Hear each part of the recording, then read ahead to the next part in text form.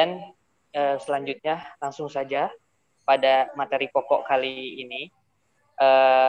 Narasumber kita yaitu Ibu Aulia Fitriani,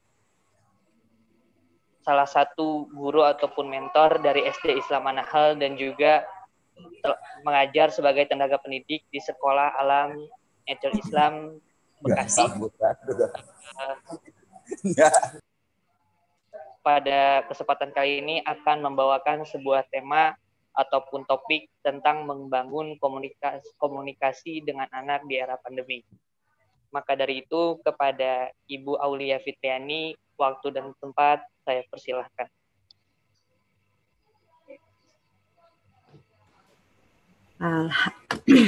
Alhamdulillahirrabbilalamin. Terima kasih Mas Fardan.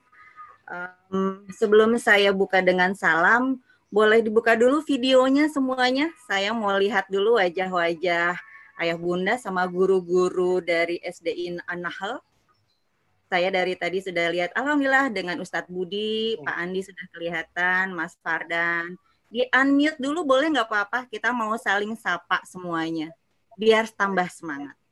Dibuka mute-nya, di unmute. Kita sekarang mau sapa semuanya dulu ya, karena saya kan dari planet Bekasi nih, jauh ketemu sama guru-guru, sama orang tua dari Tasik, mau dengar suaranya, mau lihat wajahnya, Masya Allah.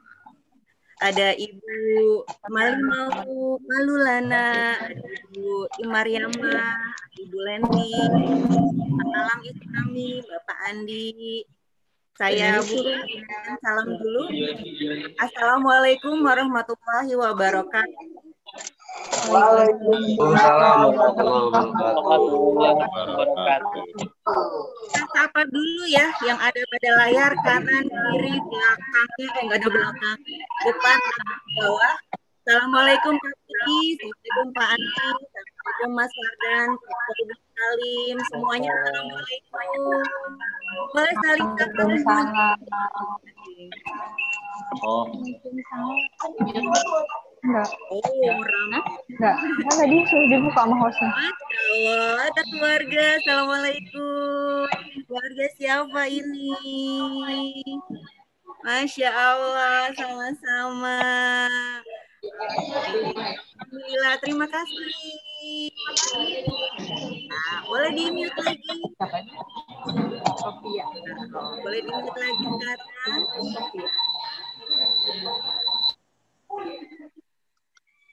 Oke.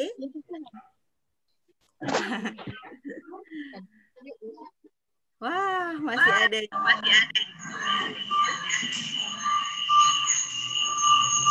Masih ada yang buka itunya, mikrofonnya. Sudah bisa kita mulai ya? Alhamdulillah. Kita sama-sama membaca basmalah dulu ya. Bismillahirrahmanirrahim dengan menyebut nama Allah yang Maha Pengasih lagi Maha Penyayang.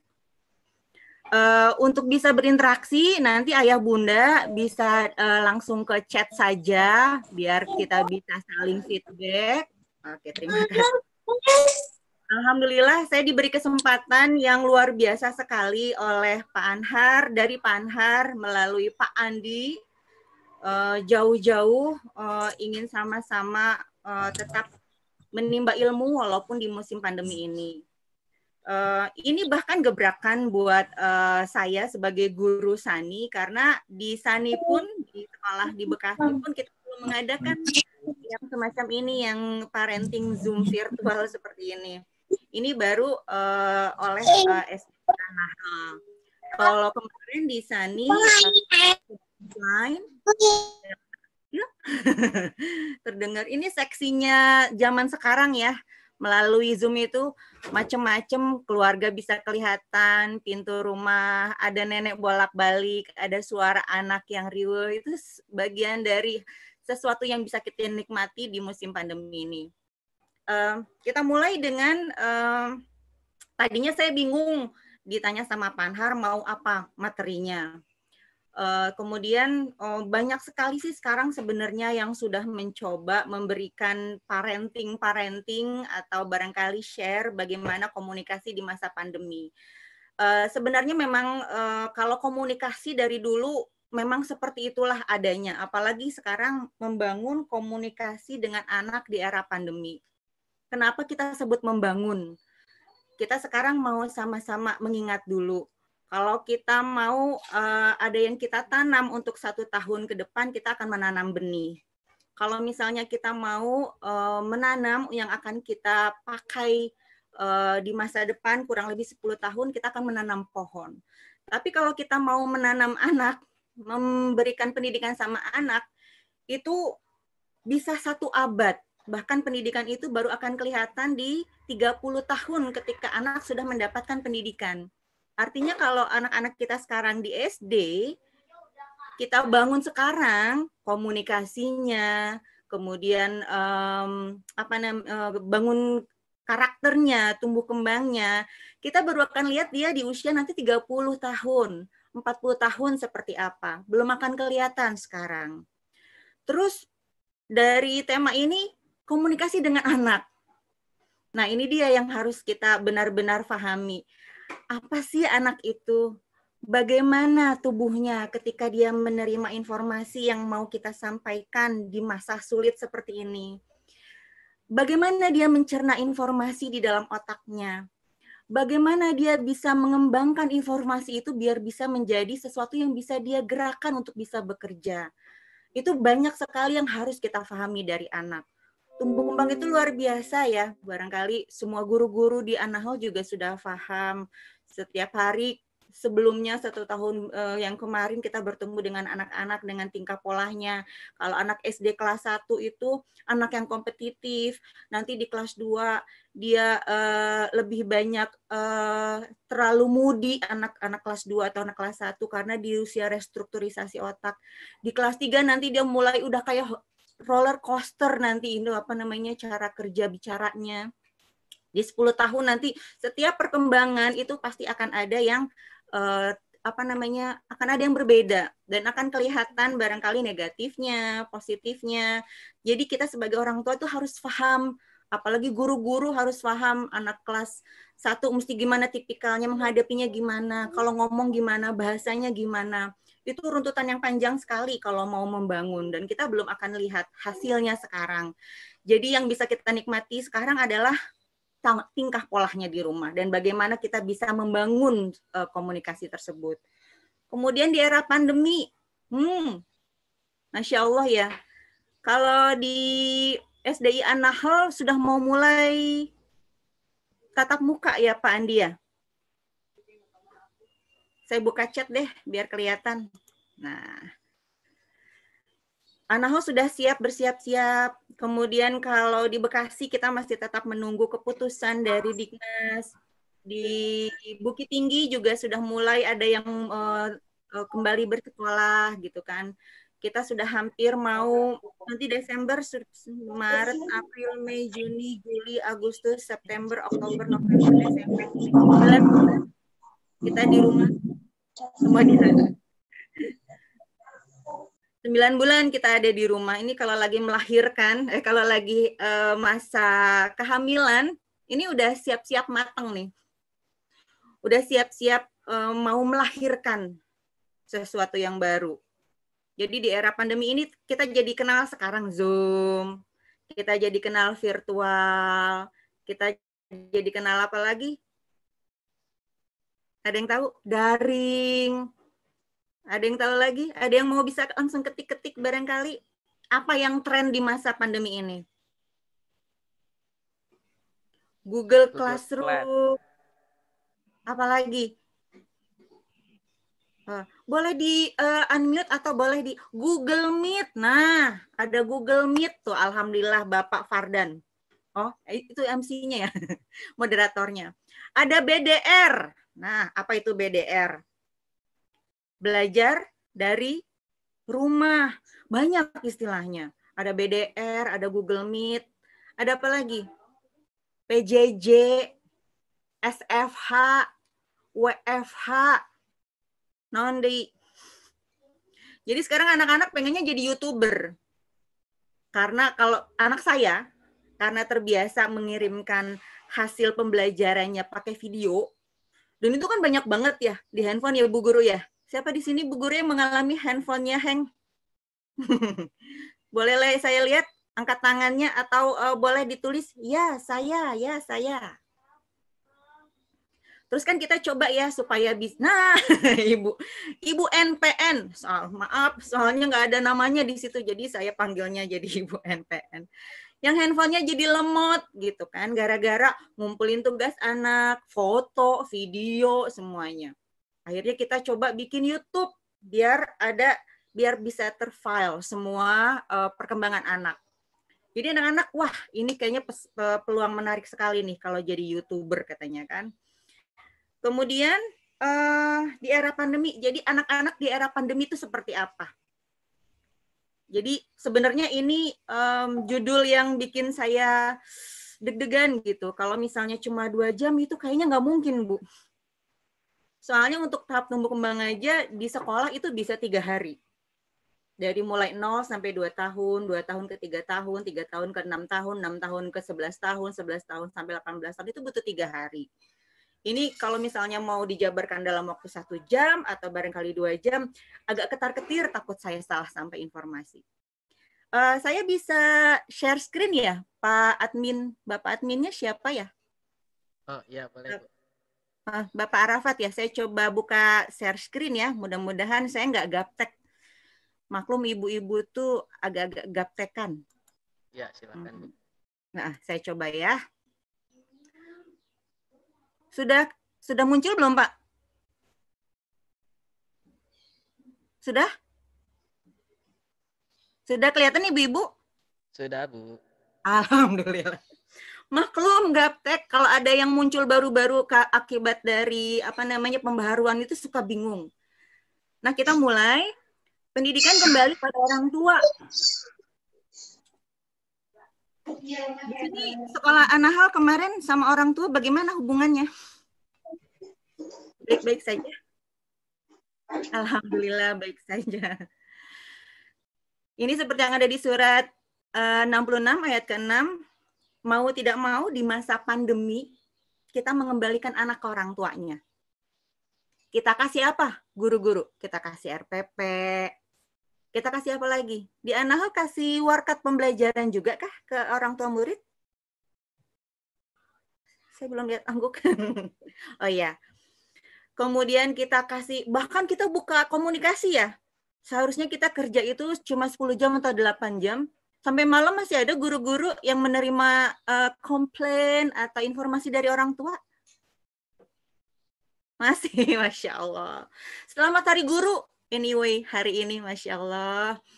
Jadi walaupun pendidikan dikembalikan ke orang tua, tetap karena kita masih di bawah naungan Diknas, ada indikator yang harus dicapai oleh anak, kita jadi partner orang tua sekarang. Partnership. Jagalah dirimu dan keluargamu dari siksa api neraka. Itu basicnya sekarang. Kemudian, nah saya mau lihat di chat deh. Berapakah level kecemasan Bapak, Ibu guru, ayah bunda saat ini? Dari 0 sampai 10, level kecemasannya lagi ada di mana? Yuk, saya buka chatnya, silakan. Masih ada yang cemas kah? Takut keluar? Takut nanti sekolah anak berkerumpul? Atau nanti ketika anak ketemu sama guru nggak aman? Boleh di chat, saya tunggu. Berapa level kecemasan Bapak Ibu guru atau udah nggak cemas lagi? Jangan-jangan malah coronanya yang cemas sama kita. Kalau kata guru saya, coronanya justru yang sekarang nggak mau ngumpul sama kita. Bukannya kita yang takut ngumpul-ngumpul. Oke, sudah adakah? Di screen chat, mana screen chat saya? Oh, ini dia. Dari Pak Budi 7,5. NPN 7. Tidak begitu cemas, kata Bu Ai. Bu Wiwik, Bu Wiwik mah jauh banget ini. Orang jauh. 5. Ibu Ai Pujiani 3. Masya Allah. Ibu Imariamah 5. Bapak Ustadz Kolbun Salim 3. Masya Allah. Direkam. Oh, putus-putus ya. Alhamdulillah, terima kasih. Belum ada 10. Oh, 4. Bapak Arafat Nuryadin masih 4. Masya Allah, masih 4. Berarti kalau kita buka sekolah, kira-kira kebanyakan orang tua gimana? Oh, Bapak Denny Prabu 6. Oke, terima kasih. Tepuk tangan dulu. Dari 7 masih ada Ibu Neni. Masya Allah. Ternyata kita masih banyak yang cemas ya. Soalnya sering banget kita dengar beberapa ahli bilang justru Indonesia belum sampai puncaknya. Sekarang baru lewatin gundukan yang kecil. Puncaknya nanti tahun 2021. Kemudian baru selesai di akhir 2021. Pak Yusuf Kala pernah bilang baru aman 2002 kalau masuk sekolah. Terus orang tua sama guru gimana? Kalau kita misalnya cemas, kita bisa lakukan apa ya? Kita bisa ngapa-ngapain nggak kalau kita cemas? Kita takut banget nih. Kita bisa lakukan apa ya kalau cemas? Apakah kita diam saja?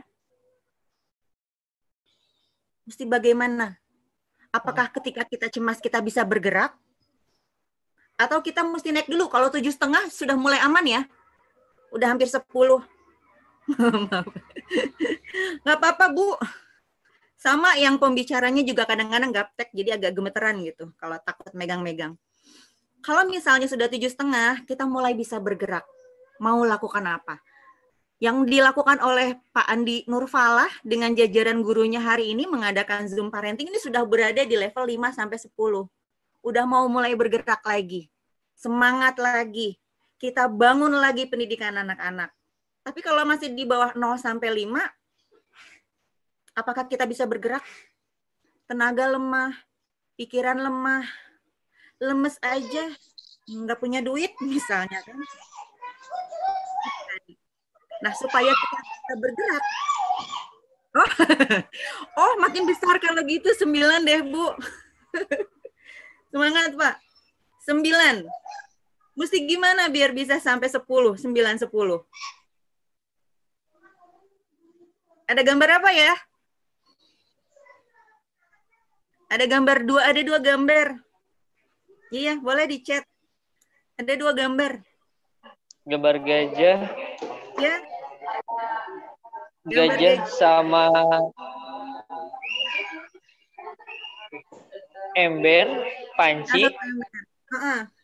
Gajah di atas panci. Bisa masuk nggak Bapak Ibu? Gajah. Gajah duduk. Bisa masuk nggak gajahnya ke pancinya seperti itu, Bu? Nope. Nggak bisa. Supaya bisa, nggak bisa. Supaya gajahnya bisa masuk, mesti gimana ya? Apanya yang dirubah? Gajahnya yang mesti dikecil. Gajahnya dikecilin. Apakah kita bisa ngecilin gajah? Pancinya diganti. Pancinya diganti. Itu tadi, pancinya kita ganti. Baru kita bisa masukin. Sekarang nih ya corona, pandemi gitu kan. Kita anggap sekarang si gajahnya corona. Pancinya adalah kita. Apakah kita bisa merubah corona? Nggak bisa. Kalau orangnya bisa kita rubah, ukurannya, bukan ukuran badan ya. Bukan ukuran. Bisa? Bukan coronanya yang mau kita kecilin. Gajahnya nggak mesti diet. Coronanya nggak mesti pergi kabur-kabur jauh-jauh. Tapi bagaimana kita bisa meningkatkan diri kita di era seperti ini, di rumah setiap hari 1 kali 24 jam ketemu sama suami, 1 kali 24 jam ketemu sama anak. Biasanya kita kerja, nggak mesti mikirin snack pagi, nggak mesti masak makan siang, nggak mesti ada snack sore.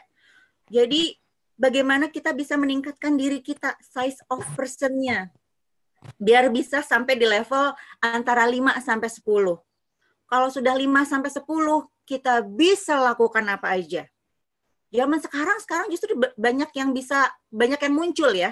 Banyak muncul YouTuber, kemudian influencer, apalagi.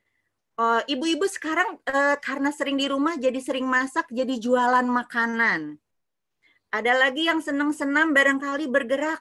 Jadi sekarang badannya lebih fit barangkali. Ada yang karena, wah gaji berkurang gitu kan, mau beli sayur jadi susah, akhirnya bercocok tanam di rumah, ketahanan pangan. Banyak hal-hal yang bisa dikembangkan oleh kita di rumah. Sehingga kita bisa bergerak. Nah, kenapa sih kita mesti bertahan di era pandemi ini, Bapak Ibu? Ada yang mau jawab di chat boleh. Untuk siapa kita bertahan?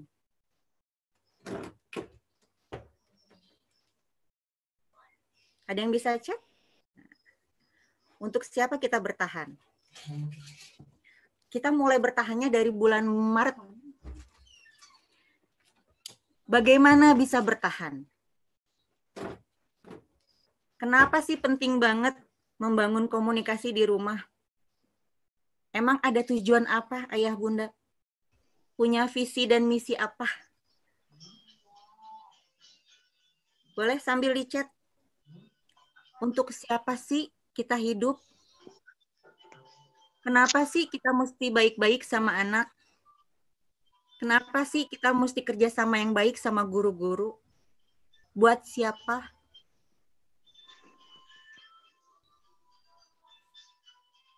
Alhamdulillah sudah ada yang jawab. Untuk keluarga supaya harmonis. Untuk generasi terbaik, Masya Allah, dari Pak Andi. Untuk masa depan anak dan keluarga, kata Ibu Lenti Yulianti. Apa visinya? Apa yang mau kita capai? Kalau kata para ahli, ini baru awalan. Masya Allah. Menurut Ibu Ayi Pujiani untuk tetap melaksanakan kehidupan karena sedang menjalankan misi hidup yaitu menghamba pada Allah. Ini udah selesai nih. Berarti parentingnya udah selesai. Udah ada jawabannya. Menghamba pada Allah. Emang kita mau ketemu sama Allah? Mau ketemu semua sama Allah?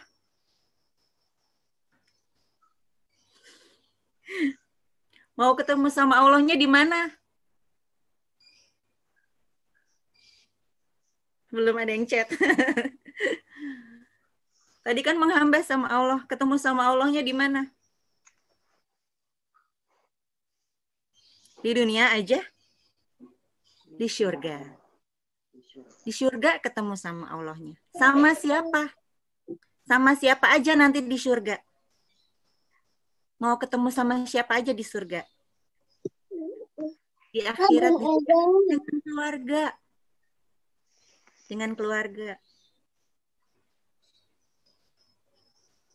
Kalau di surga sama keluarga, terus bagaimana biar bisa ke surga sama-sama? Dengan semua anggota keluarga. Dengan seluruh saudara seiman. Kalau Pak Kolbun Salim bilang untuk sebuah keyakinan, yaitu saya yakin ini skenario terbaik yang Allah tentukan dan saya yakin setelah pandemi ini akan muncul generasi terbaik. Masya Allah. Terima kasih atas responnya. Amin. Oke, kita lanjut ya. Mama mau Kalau kita nggak punya visi, mau ngapain di masa pandemi ini, kita jadi diem aja, stres, ngadepin anak sehari-hari. Tapi kalau kita punya visi, yang mau kita raih, yang mau kita capai, kita jadi punya semangat. Mana tadi chatnya hilang? Visi. Visi adalah pikiran yang besar sekali. Itu tadi ya, ke surga, sama keluarga, ketemu sama Allah, sama saudara seiman. Makanya tuh saya senang kalau ada wajahnya kalau lagi nge-zoom. Biar siapa tahu kalau ayah bunda sudah ke surga duluan, jadi bisa ngenalin wajah saya gitu. Saya juga bisa ngenalin wajah ayah bunda sama bapak ibu guru. Biar bisa saling menolong deh tadi ya di surga. Terus kalau punya visi, itu jadi panduan buat kita. Dan kita jadi tahu harus mau ngapain. Dan kita tetap ambil itu karena kita bagian dari sekolah, kita mau ambil itu buat anak-anak kita, buat guru-guru kita, dan buat keluarga kita. Kalau visi dari Sani adalah terwujudnya lingkungan di mana anak-anak bisa tumbuh kembang. Kemudian apalagi ya? Yang terwujudnya lingkungan yang aman dan nyaman sehingga anak-anak bisa tumbuh kembang dan memiliki akhlakul karimah berdasar sunnah. Itu visi Sani sebelum corona. Sekarang corona, nih visinya bingung nih jadinya. Terwujudnya lingkungan yang aman dan nyaman. Mau kita pindahin ke rumah, berarti. Kita mau ciptakan lingkungan yang aman dan nyaman di rumah. Untuk anak-anak, untuk gurunya. Karena bagaimanapun gurunya nggak akan bisa asesmen anak-anak kalau orang tuanya tidak kerjasama sama gurunya. Supaya mendukung tumbuh kembang anak-anak. Buat apa sih tumbuh kembang? Yang kita paham, tumbuh kembang adalah pendidikan setiap hari. Membangun itu adalah setiap hari. Satu. Dari banyaknya susunan bangunan untuk anak-anak, baru akan kelihatan kualitasnya. Jadi kalau anak misalnya dikasih tugas sama gurunya, baru dikumpulin seminggu kemudian. Kira-kira pendidikan pembangunannya rigid nggak? Di sini ada guru-guru yang mengalami hal yang sama seperti yang kita rasakan juga di kebanyakan guru-guru. Kita ngasih tugas buat anak, bukan tugas ya, stimulasi atau pembelajaran setiap hari. Kalau orang tuanya tidak kerja sama, baru dikumpulin seminggu lagi atau 2 minggu lagi. Kira-kira tumbuh kembang anak berkesinambungan atau tidak? Otak anak 0 sampai 11 tahun, pembangunannya adalah setiap hari. Diulang-ulang. Karena memang cara kerja otak adalah diulang setiap hari. Kalau mau hafalan kan juga diulang ya setiap hari ya.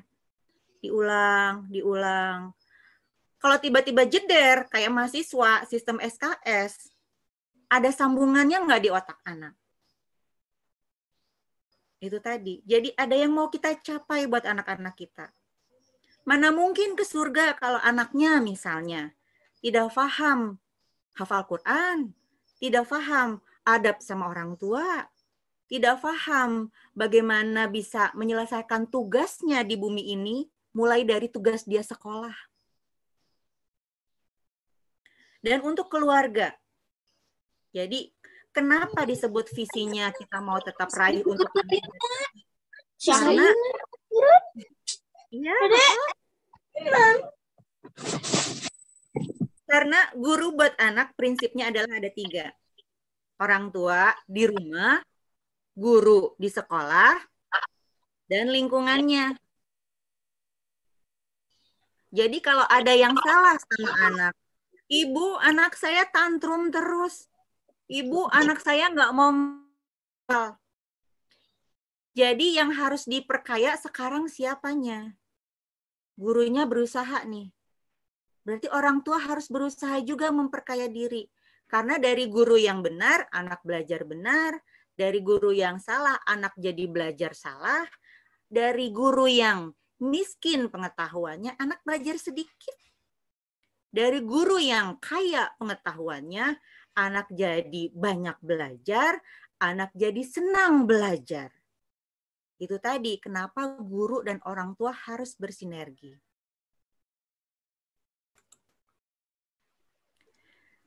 Sekolah adalah tempat yang aman dan nyaman. Kalau ada pertanyaan, punten boleh langsung di chat ya, biar saya tahu feedbacknya. Bisa di stop kalau misalnya mau ada yang dikomentari atau ada pertanyaan, boleh. Sekolah adalah tempat yang aman. Sekolah ada tempat yang nyaman. Karena apa? Karena guru-guru di sekolah harus punya pemahaman apapun pekerjaan yang ada di sekolah adalah pekerjaan saya. Kalau OB nggak ada, sekolah kotor, apakah kita mau tetap kotor? Kita bisa ajak anak-anak untuk bersih-bersih. Sama seperti di rumah. aduh Bunda tuh bingung gitu misalnya. Ini kalau ngomong sama orang Tasik jadi ikut-ikut kayak logat-logat Sunda gitu ya. Maaf kalau salah. Padahal ini orang Sumatera. Bu bingung, kemarin ada beberapa orang tua tanya. Di rumah tuh kan saya orangnya bersihan.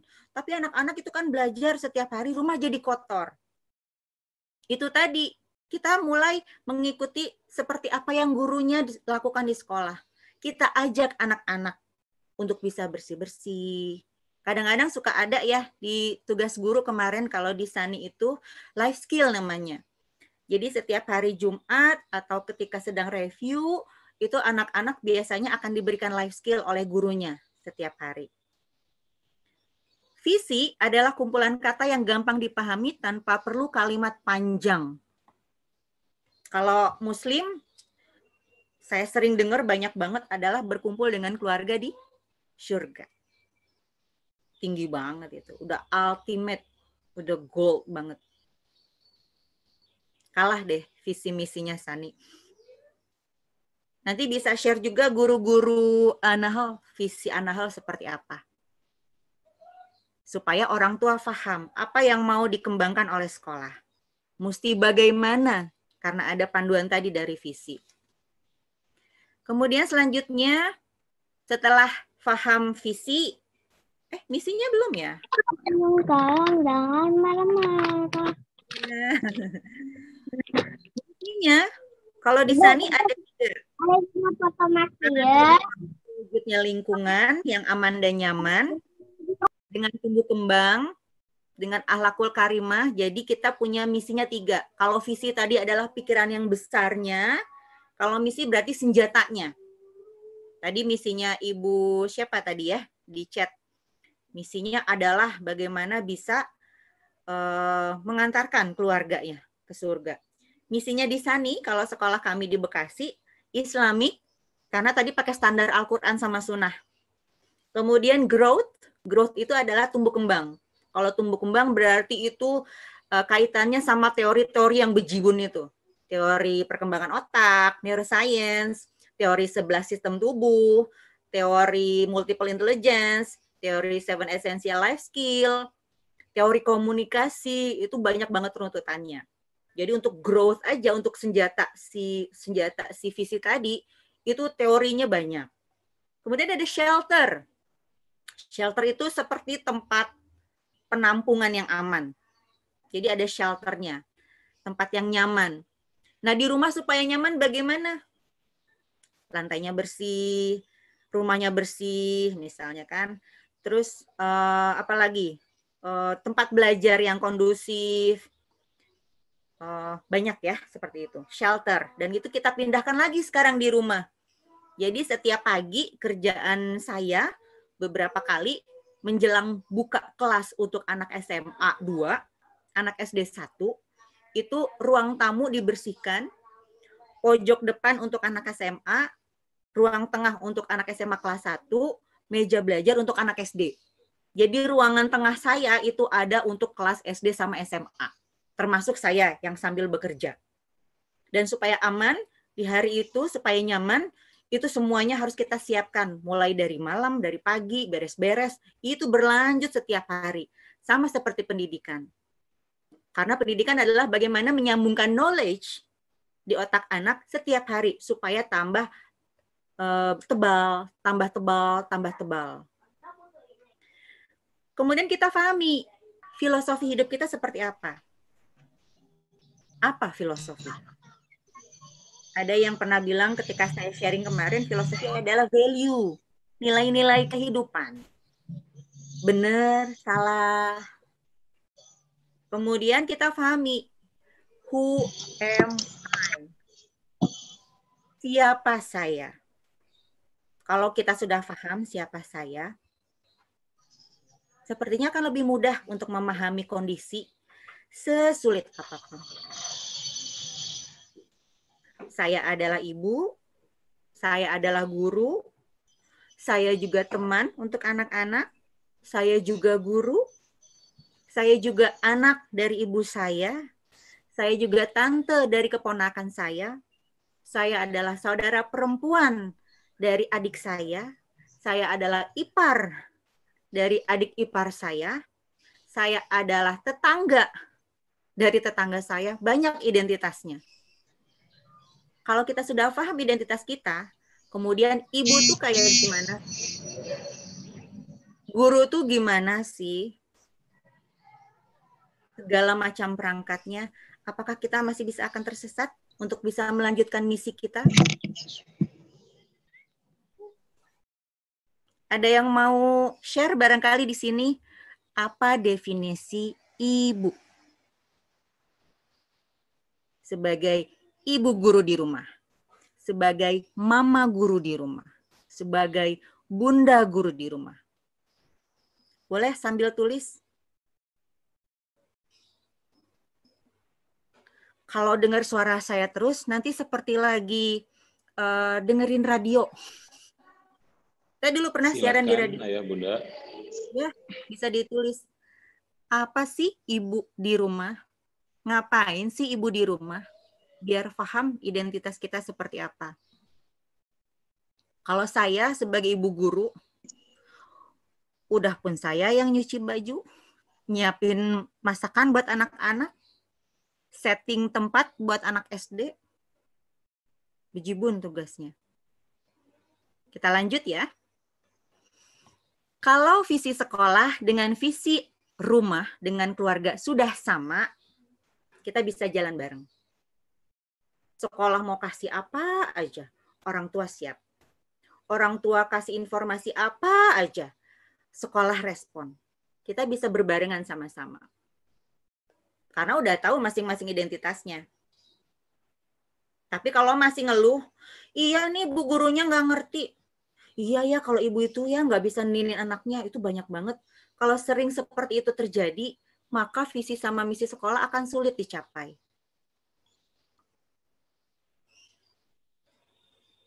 Ada yang mau sharing dulu? Boleh di chat?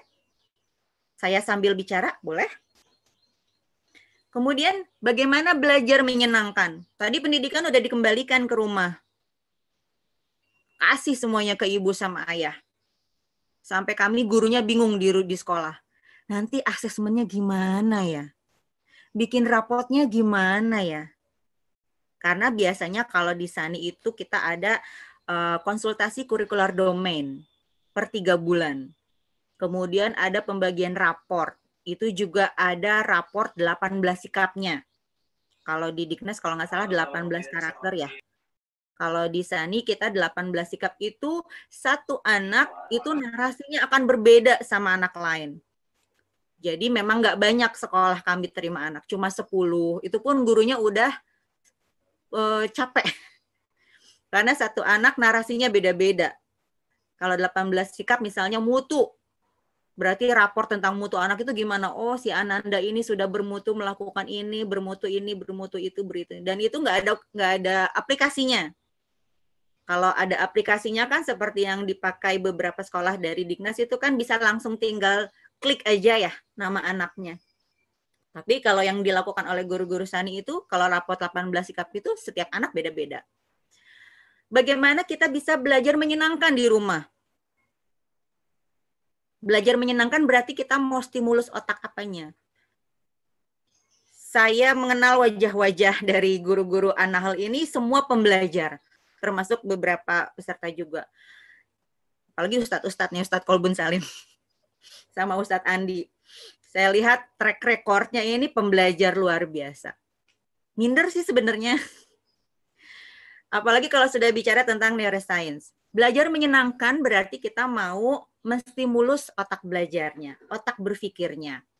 Kalau dari Triun, pembagian otaknya adalah ada neokortex, ada limbic system, dan ada otak reptil. Nah, supaya bisa bahagia, di bagian otak yang kayak ada cairan, ini nih, cairan pinknya ya. Cairan pink adalah kelenjar pituitari. Ini adalah tempat hormon bahagia yang akan keluar bila distimulasi dengan permainan dan bergerak. Anak pagi-pagi bangun. Ya, anak-anak pagi-pagi bangun. Udah bilang nggak mau sekolah. Masya Allah. Saya bacakan dulu ya dari Ibu Ayi Pujiani. Ini definisi ibu. Ibu adalah seorang wanita yang berfungsi sebagai orang tua yang melindungi anaknya dari mara bahaya. Mendidik agar siap hidup, menyiapkan makanan jasmani dan rohaninya. Masya Allah. Bu Ayi dibayar berapa untuk melakukan fungsi tadi, Bu Ayi? Ada yang tahu bayaran buat fungsi ibu yang seperti Bu Ayi tuliskan ini? Berapa bayarannya?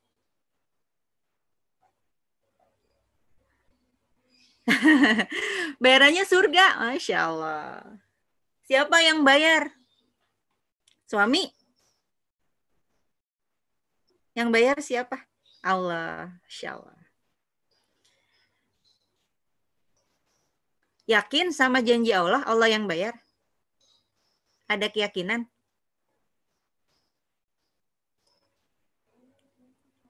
Ada keyakinan? Akan dibayar sama Allah?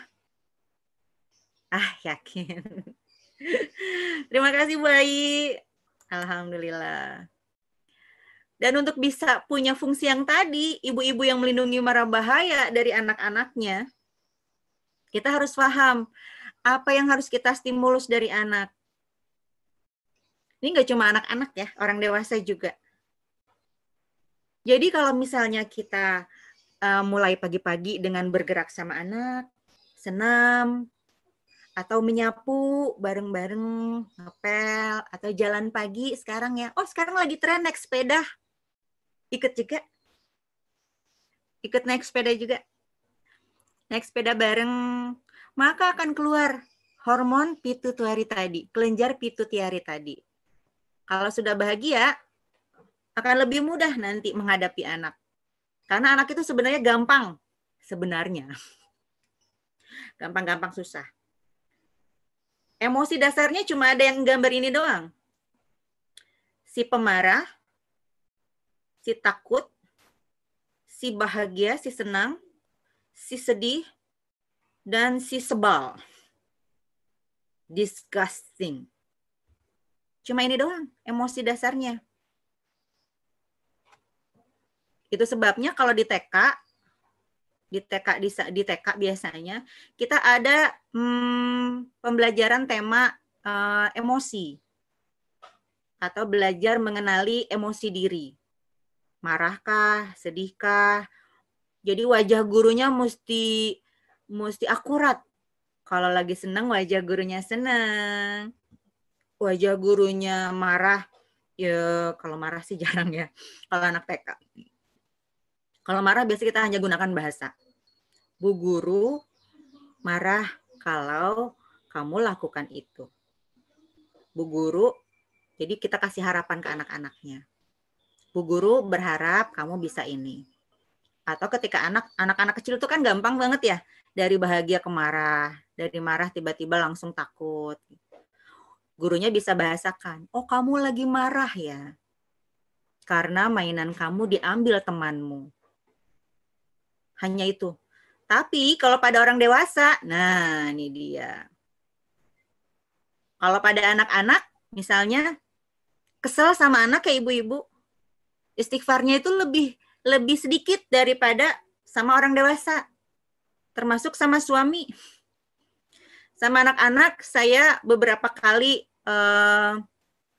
mengenali diri, kalau sama anak itu paling cuma 3 atau 4 kali istighfar. Tapi kalau sama orang dewasa, sama suami, itu bisa 9 kali istighfar. Karena emosinya sudah lebih banyak. Ada apatis, ada sedih, ada takut. Jadi orang dewasa juga takut ya. Takut nggak punya uang, takut kekurangan, takut ditinggal pasangan, banyak takutnya. Ada rakus, nah, sudah mulai banyak, sudah kompleks. Ada marah, marahnya orang dewasa. Ada sombong, ada semangat, nah ini udah mulai ke zona ikhlas nih. Ada menerima, damai, dan pencerahan. Saya pakai tabelnya dari Bu Aisyah Dahlan. Karena saya senang warnanya pink. Saya tuh perempuan banget. Kalau kita pakai yang dari David Hawkins-nya, itu berupa piramida ke bawah, itu warna-warni auranya. Mulai dari merah sampai ke deep blue, sampai ke warna biru yang tua sekali. Kalau saya pakai yang versi ini ya, punten dipakai. Sampai ke titik di atas emosi orang dewasa adalah pencerahan. Dia bisa share ke orang lain, dia bisa menyemangati orang lain, dia bisa menggerakkan orang lain untuk bisa bergerak di musim seperti yang pandemi ini. Di sini ada hertz-nya. Hertz-nya itu adalah Hz itu ya, hertz ya. Kalau apatis itu 50 hertz, kalau pencerahan berarti 700 sampai 1000 hertz. Itu adalah bagaimana otak bisa jadi ada kecepatan di otak itu, bagaimana pencerahan.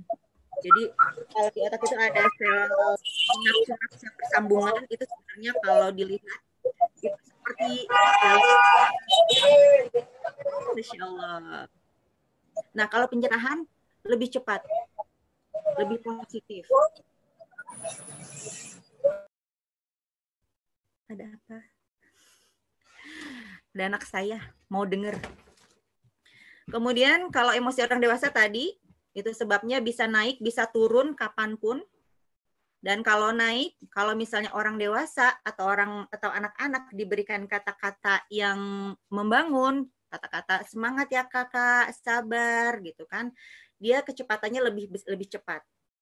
Tapi kalau misalnya anak sedang sedih atau orang dewasa yang apatis, itu pergerakan speed kayak listrik gitu, kayak ada gitunya tuh, itu lebih rendah, cuma 50 Hz aja.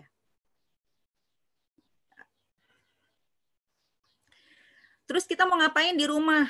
Kita sudah kenal emosi anak, emosi orang dewasa. Punten, saya dapat waktu berapa menit lagi ya? Saya nggak dikabarin bicaranya harus berapa lama. Untuk waktunya Ibu maksimal sampai jam 12. Oh, itu Masya pun Allah. Sampai jam 11 Ibu, maaf. Maksudnya ada beberapa pertanyaan nanti di akhir itu. Jadi kalau misalkan untuk pemaparan materi sampai jam 11. Oke, siap, baik. Takutnya nanti ada ibu-ibu yang belum masak makan siang. Boleh sambil di itu aja, disambi nggak apa-apa. Kita lanjut. Kita adalah orang dewasa yang rata-rata adalah generasi X atau Y. Kalau sekarang kan anak-anak kita, anak SD sama anak TK itu rata-rata lahir tahun 2000, 2010, 2011 itu adalah generasi alfa ya. Walaupun generasinya berbeda, tapi Allah sudah kirimkan 1 miliar sel otak yang dibangun. Dua-duanya, bukan dua-dua sih. Setiap generasi adalah generasi terbaik yang Allah ciptakan. Tapi ini generasi yang super duper luar biasa. Karena memang dari bayi, barangkali kita orang tuanya, sudah menggunakan semua perangkat gadget seperti ini. Sudah kenal internet, sudah pakai handphone, sudah barangkali ada bapak-bapak yang suka main game juga, ya memang natural otaknya kayak gitu. Sudah ada, jadi semua blueprint pada anak-anak kita sekarang. Jangan paksakan anakmu seperti kamu. Karena ia diciptakan bukan di zamanmu. Itu sudah Ali bin Abi Thalib sampaikan berabad, berpuluh-puluh tahun, beratus-ratus tahun yang lalu. Jangan paksakan anakmu seperti kamu. Nah, dulu mah waktu ibu masih kecil, ibu tuh bisa lari-larian di pematang sawah. Lah sekarang udah nggak ada sawahnya, Bu. Di kompleks saya aja taman cuma 1. Itu pun kemarin waktu keluar main, anak saya langsung disuruh pulang sama security-nya. Jadi anak main depan rumah. Depan rumah itu motor juga lewat-lewat. Bingung sekarang mau main kemana. Motorik kasarnya tidak terbentuk. Mau nggak mau balik lagi ke rumah. Yang dilihat TV, handphone, komputer. Tapi tetap sama. Perkembangan anak tetap sama. Walaupun blueprint-nya tadi beda-beda setiap generasi. Kalau generasi ibu kita ya, Generasi yang setia zaman dulu itu totok kromonya itu luar biasa. Semakin ke sini generasinya tata keramanya katanya sih kurang. Mungkin termasuk saya. Apalagi generasi tahun 90-an. Ini bukan bermaksud buka umur ya, Bu. Kita memahami generasi kita untuk bisa mensikapi generasi anak-anak kita sekarang. Kadang-kadang kita menganggap, kalau kita nggak paham sebagai guru, kita menganggap anak itu tidak sopan. Zaman dulu mah kalau sama gurunya ketemu salim, menunduk, nyapa, bawain tas guru. Kalau anak-anak zaman sekarang, Masya Allah, Bu. Beda. Bukan berarti turun. Mereka punya kelebihan masing-masing. Karena mereka cepat sekali engage sama perangkat-perangkat yang luar biasa canggih ini. Mereka cepat kenalnya. Mereka tahu aplikasi secepat mungkin. Mereka tahu bagaimana filter. Mereka tahu bagaimana cara ngambil video. Itu cepat banget. Karena memang sudah ada sambungannya. Tapi di sistem kerja otaknya, kelompok 7 tahun pertama, usia 0 sampai 7 tahun, perlakukan anak-anakmu seperti raja. Ya. Yang masih TK, semuanya disediakan. Nanti kelompok 7 tahun kedua, usia 8 sampai 14 tahun, perlakukan anakmu sebagai tawanan. Nanti bisa dilihat lagi bagaimana tawanan itu diperlakukan. Berarti ditawan di rumah dengan segala macam aturan. Itu udah mulai ada aturan. Ada aturan hidup, nilai-nilai hidup, itu sudah mulai banyak di usia 7 tahun kedua, 8 sampai 14 tahun, anak SMP. Kelompok 7 tahun ketiga, usia 15 hingga 21 tahun, perlakukan anak-anakmu sebagai sahabat. Nah, nih. Kayak saya sekarang, saya sudah mulai sedikit-sedikit ngobrol sama kakaknya. Kita perlakukan sebagai sahabat. Jadi ketika nanti dia sudah mulai punya sesuatu yang dia tanyakan, dia akan mencari kita sebagai orang dewasa, sebagai tempat informasi yang akurat. Lanjut ya. Oh, mana tadi hilang? Kemudian kita mau lihat, kalau di rumah kayak saya tadi ada 3 anak, 2 perempuan, 1 laki-laki. Kita sudah sama-sama tahu, anak perempuan sama laki-laki beda. Anak laki-laki, otak belahan kanannya berkembang lebih cepat daripada otak kanan perempuan. Jadi kalau mau lihat kematangan seseorang, kalau laki-laki baru usia 25-26 tahun, baru mateng. Kalau perempuan 21 tahun, 18 sudah mulai ya, 18, 19, 21 tahun sudah matang. Jadi perkembangannya akan beda. Kalau di sini yang kami lakukan juga, kalau kebanyakan kami akan menunda dulu anak laki-laki yang masih 6 tahun belum sempurna perkembangannya. 7 tahun baru kami masukkan ke kelas 1. Beda sama anak perempuan. Kalau 6 tahun anak perempuan di sini itu biasanya sudah matang. Bisa dimasukkan ke kelas 1. Jadi kayak kelas 1 beberapa tahun di sekolah kami, itu yang perempuannya 6 tahun, laki-lakinya rata-rata 7 tahun. Jadi bisa kerja langsung. Jadi nggak menangani urusan emosinya si laki-laki. Karena yang tadi, belahan kanannya berkembang lebih cepat dari perempuan. Yang kanan itu untuk apa?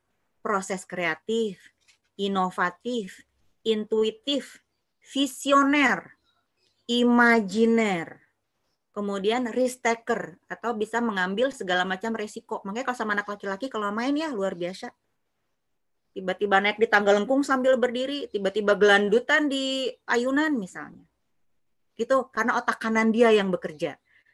Otak kanan anak laki-laki berkembang dan bertumbuh lebih cepat daripada otak kirinya. Otak kirinya itu adalah cerdas, cermat, cekatan, analitis, logis, realistis. Nih ibu-ibu banget ini. Cerdas, cermat, cekatan, sambil ngaduk-ngaduk sayur, nata meja, terus anak juga tiba-tiba minta susu, kerjain semuanya. Cekatan kalau ibu-ibu, kalau perempuan. Tapi pada anak perempuan, kedua belahan otak tumbuh dengan kecepatan yang seimbang. Itu sebabnya sering dibilang kalau kurikulum SD itu membahagiakan anak perempuan. Kurikulum kita ya, kurikulum yang ada di Indonesia. Karena semua berhubungan sama kognisi. Bisa calistung, anaknya baik, penurut sama guru. Itu anak perempuan banget. Makanya kalau di SD itu rata-rata yang ranking 1 itu perempuan, Bu. Anak laki-lakinya kemana? Main. Berimajinasi. Di playground. Seru, godain orang. Jadi anak laki-laki seperti itu. Iya, saya lihat dulu chatnya. Ibu boleh nih. Oke. Insya Allah nanti ya akan saya sampaikan. Kita balik ke otak. Nah nih. Supaya paham bagaimana bisa belajar menyenangkan di rumah menghadapi anak perempuan dan anak laki-laki masing-masing, kita mesti paham bagaimana otak anak itu bisa merespon apa yang kita sampaikan atau gurunya sampaikan. Otak anak perempuan tersusun untuk bereaksi pada orang dan wajah-wajah. Jadi kalau ada anak perempuan itu sambil joget-joget, Masya Allah, Bapak Denny Prabu sama babynya, itu dia akan bereaksi sama wajah nih, sama wajah saya nih lagi ngomong ya. Kemudian nanti sama uminya, lihat uminya, I love Umi, I love Abi, misalnya. Dia senang berinteraksi sama orang. Tapi kalau anak laki-laki, otak anak laki-laki tersusun untuk bereaksi pada benda-benda dan sesuatu yang bergerak. Bola menggelinding. Sepedahan muterin kompleks. Main robot-robotan disusun tuh yang kayak Transformer. Main pesawat, shoo! Jadi kalau dalam kelas kayak begitu, anak laki-laki memang sistemnya kayak gitu. Nature-nya anak laki-laki kayak gitu. Kemudian suka sama mobil-mobilan juga. Oh, ini ada satu nih yang penting. Ada gambar cupcake. Anak laki-laki suka makan. Suka minum. Berkeringat. Perempuan mah kalem. Nah, ini tadi. Jadi harus paham. Jadi nggak usah ibunya sepanengan. Anak bangun tidur, anak laki-laki langsung main sepeda misalnya. Langsung pagi-pagi kan datang temennya, main sepeda yuk. Emang begitu, biarin aja bergerak dulu biar bahagia. Yang penting di awalnya kita sudah kasih informasi kalau dia hari itu punya kegiatan. Sebenarnya semua anak-anak itu bertanggung jawab. Karena yang penting kita harus pahami dulu nature-nya dia seperti apa. Di awal-awal PJJ, bahkan anak guru pun bingung ketika pembelajaran kembali ke rumah. Emang Umi bisa jadi guru? Emang Umi bisa belajar sentra? Emang Umi tahu cara bikin chatnya? Kalau ayah bunda jadi guru mesti gimana? Ini adalah patokan yang disampaikan oleh guru saya, guru kami, Ibu Wismiarti. Ini adalah standar guru yang mau kita bawa ke rumah. Mau nggak mau. Harus apa? Harus ramah. Bu, ramah ya, Bu? Harus ramah. Karena ibu-ibu itu juga paling punya kemampuan memanage pikiran. Ibu-ibu harus punya kemampuan memanage pikiran. Wajahnya ramah. Kemudian sabar. Karena orang sabarlah yang dapat kemuliaan dari Allah. Orang sabar adalah orang yang understanding dalam segala hal. Karena multiple intelligence-nya lengkap dan tinggi. Orang yang sabar, ketika kita menghadapi anak kemudian menunjukkan perilaku yang tidak sesuai dengan apa yang kita harapkan, tapi karena kita sudah paham bagaimana otak anak, misalnya, saya punya anak 9 tahun. 9 tahun itu kalau dalam sistem tumbuh kembang itu lagi kayak roller coaster. Lagi moodnya itu tiba-tiba naik, kemudian turun menukik, kemudian cemasan anak 9 tahun, anak kelas 3 atau kelas 4. Dia cemas ibunya meninggal, dia cemas pindah sekolah, dia cemas nggak ketemu sama temen. Kalau kita paham tumbuh kembang anak setiap stage-nya, kita bisa jadi understanding, kita bisa paham. Oh iya, memang otaknya dia lagi begitu. Kemudian kita bisa paham anak juga karena kita punya multiple intelligence yang tinggi. Multiple intelligences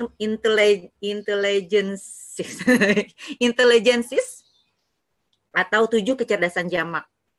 Kita paham anak-anak itu mau kita stimulasi supaya 7 kecerdasannya terangkat, terstimulasi. Mesti gimana? Anak harus mampu kinestetiknya bekerja, anak harus bisa berbahasa memahami diri, anak bisa berbahasa memahami orang lain, anak harus bisa spasialnya di dalam rumah yang sempit, nggak kayak sekolahan, anak harus bisa berbahasa dan bersosialisasi, misalnya anak harus punya musical intelligences, jadi dia enjoy dengan nada-nada, nggak mesti lagu-lagu, tapi misalnya dari hafalannya. Jadi ketika dia enjoy, hafalan yang keluar, intelijensinya masuk, ketukan-ketukan. Kita bisa lebih sabar menghadapi anak-anak tersebut. Oh, anak saya, kayak misalnya saya, oh anak saya kekurangannya adalah kinestetik. Saya paham. Jadi apa yang harus saya lakukan? Saya bersabar untuk bisa menemani dia, misalnya bergerak dulu pagi-pagi. Ini kebetulan anaknya ada di depan saya. Naik sepeda dulu, atau jalan dulu sama-sama, atau makan dulu pagi-pagi. Kita lebih sabar. Gurunya jadi sabar. Sulit ya sabar ya Bu ya. Habis nemenin anak-anak belajar, kita harus siapin makan siangnya, cucian belum digiling-giling gitu, belum dicuci, jemuran masih numpuk gitu kan. Tapi kalau kita understanding, kita bisa paham apa yang mau kita sampaikan ke anak kita dan bisa memanage diri, insya Allah akan berjalan. Namanya juga membangun, Bu. Pernah lihat ya bagaimana tukang membangun rumah? Lama satu-satu, ngaduk semen dulu, naruh bata, batanya dikasih air dulu, itu lama prosesnya. Kemudian bagaimana biar bisa jadi guru lagi? Ikhlas. Untuk mendapat segala konsekuensi sebagai guru dan menerima semua murid beserta tahapan perkembangannya. Ini ujian ikhlas waktu kemarin saya, waktu ujian tengah semester. Sama gurunya diberikan lembar soal yang harus dikerjakan di rumah. Diikhlasin aja, walaupun rasanya gregetan pengen ikutan betulin gitu ya. Ya udah kalau dapat sekian puluh apa dapat 100 ya diikhlaskan saja, memang perkembangan dia seperti itu. Bukan berarti kitanya yang belum kompeten gitu kan, tapi kan memang setiap anak itu beda-beda. Orang tua saya yakin semua berusaha maksimal mungkin untuk bisa kasih yang terbaik buat anak-anak, tapi kan kadang-kadang cara kita berbeda. Jadi ikhlas aja, ada konsekuensinya. Saya lihat chat dulu. Ketutup lagi. Kemudian warm dan responsif. Hangat, responsif sama anak.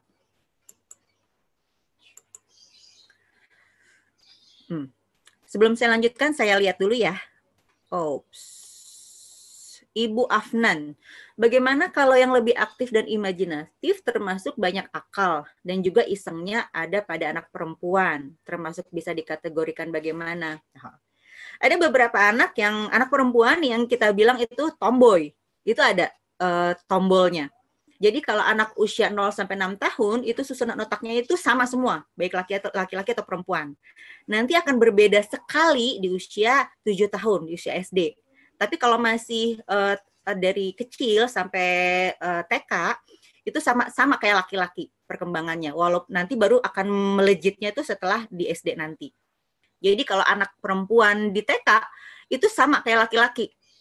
Jadi kalau pegangan tangan pun nggak masalah mereka. Mereka lari lompat-lompatan di tangga lengkung kayak di sekolah atau di balok titian, mereka sama. Jadi anak perempuan itu sama di sekolah kami. Karena memang belum terlalu kelihatan sekali perkembangannya. Nanti setelah di SD baru kelihatan. Dan itu nggak apa-apa. Semakin anak bergerak, lebih aktif dan imajinatif, akan lebih mudah nanti di SD-nya untuk bisa mengikuti pelajaran matematika. Itu lebih memudahkan. Dengan dampingan gurunya yang pasti ya.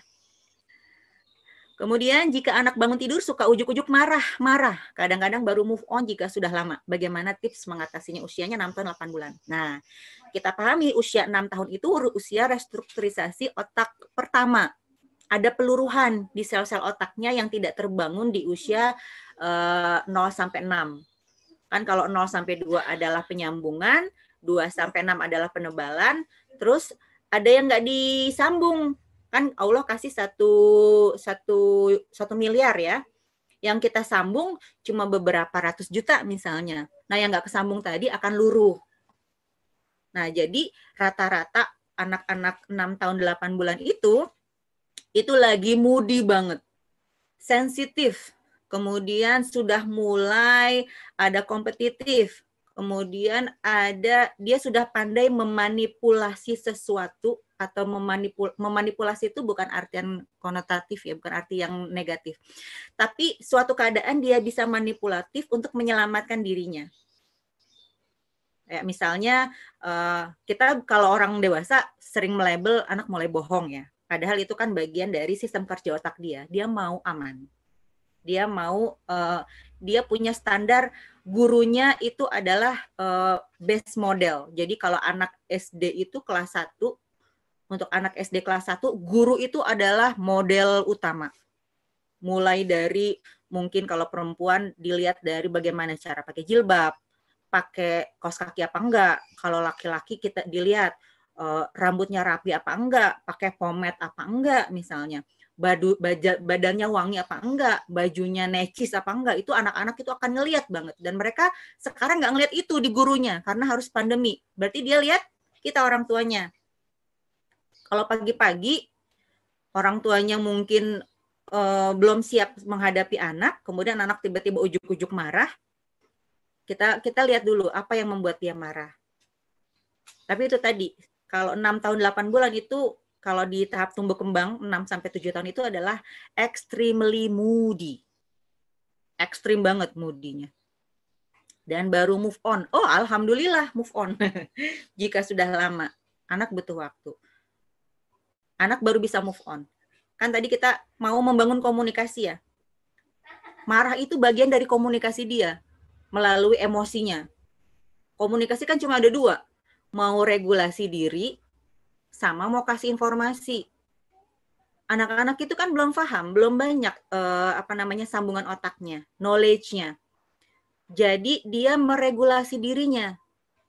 Baru move on jika sudah lama. Iya. Berarti dia marah-marahnya itu, komunikasinya itu untuk meregulasi diri. Aku tuh kesel, Bu. Di rumah doang harus belajar, nggak ketemu sama guru. Ibu paham nggak? Itu yang mau dia sampaikan. Dan yang bisa kita lakukan adalah memahami dulu. Oh, ada yang marah. Kesal ya. Kita harus pastikan kita akurat bacanya. Kadang-kadang anak nggak marah loh. Cuma kesel doang. Atau selain marah, lebih banyak nanti ada di definisi marah. Banyak macam-macamnya. Dan dia bisa move on setelah regulasi diri dulu. Kalau anak laki-laki, kalau saya biasanya akan saya sediakan sesuatu yang dia suka. Minuman dingin, susu, atau makanan. Nah, itu adalah stimulus-stimulus yang saya berikan ke anak laki-laki. Kalau anak perempuan biasanya nih sama bapaknya nih. Kalau ada bapaknya di rumah, kita bisa pakai bapaknya. Bisa minta bantuan sama bapaknya. Karena apa? Bapak itu untuk anak perempuan adalah pengatur emosinya dia. Pentingnya si bapak buat anak perempuan. Perkembangan kognisi anak perempuan juga tergantung bapaknya.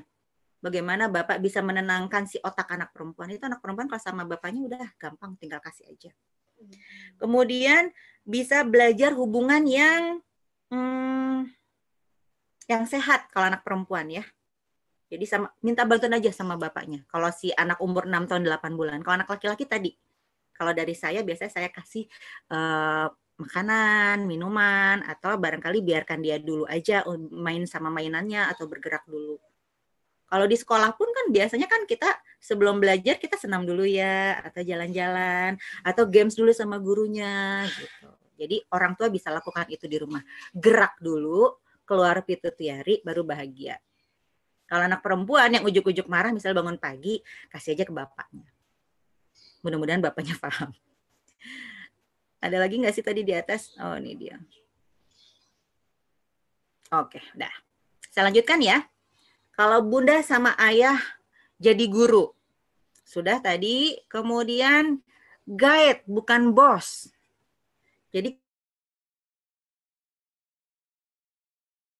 kita bukan bos buat anak. Kita pakai misalnya anak mau mandi. Kan biasanya yang kita lakukan adalah ayo mandi. Ayo mandi, ayo sholat. Ayo makan. Sono belajar. Udah waktunya belajar. Tapi kalau kita pakai non-direct teaching, kita sudah punya preparation, punya persiapan. Jadi kalau yang biasa dilakukan kami di sekolah, mungkin dilakukan sama guru-guru Anahal juga adalah kita harus pegang ada yang kita sebut pijakan. Pijakan itu ada pijakan lingkungan, pijakan awal, pijakan main, pijakan individu, dan pijakan akhir. Kalau ada yang mau dikoreksi boleh ya? Soalnya ini kayak saya lagi recalling juga nih. Jadi kalau pijakan awal berarti harus bagaimana?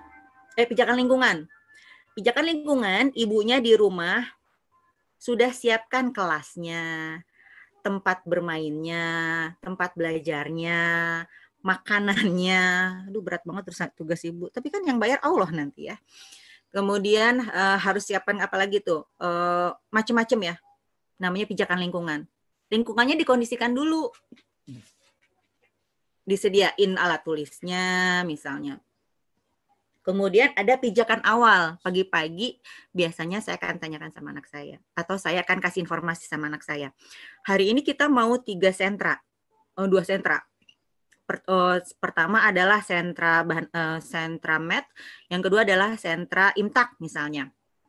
Tapi pagi-pagi kegiatan rutin kami adalah pertama adalah jurnal, kemudian duha, murojaah, hafalan, baru kemudian ada snack pagi dulu, habis snack pagi kemudian sentra pertama, kemudian main sebentar dulu, istirahat, kemudian ada sentra kedua, kemudian siap-siap untuk sholat berjamaah sama saya, atau biasanya dia sendiri kalau saya lagi nggak ada, kemudian baru nanti makan siang, kemudian nanti baru ada kegiatan sore itu biasanya life skill. Itu semua kita lakukan setiap hari, karena itu tadi, pendidikan harus diulang-ulang setiap hari. Kayak lagi membangun, ya kalau kita stuck di hari itu, ya bangunannya akan terhambat. Jadi sudah ada pijakan awalnya. Saya kasih itu kalau kita bilang orang dewasa briefing ya. Kalau guru-guru ada briefing pagi. Jadi mau ngapain hari itu ada di briefingnya.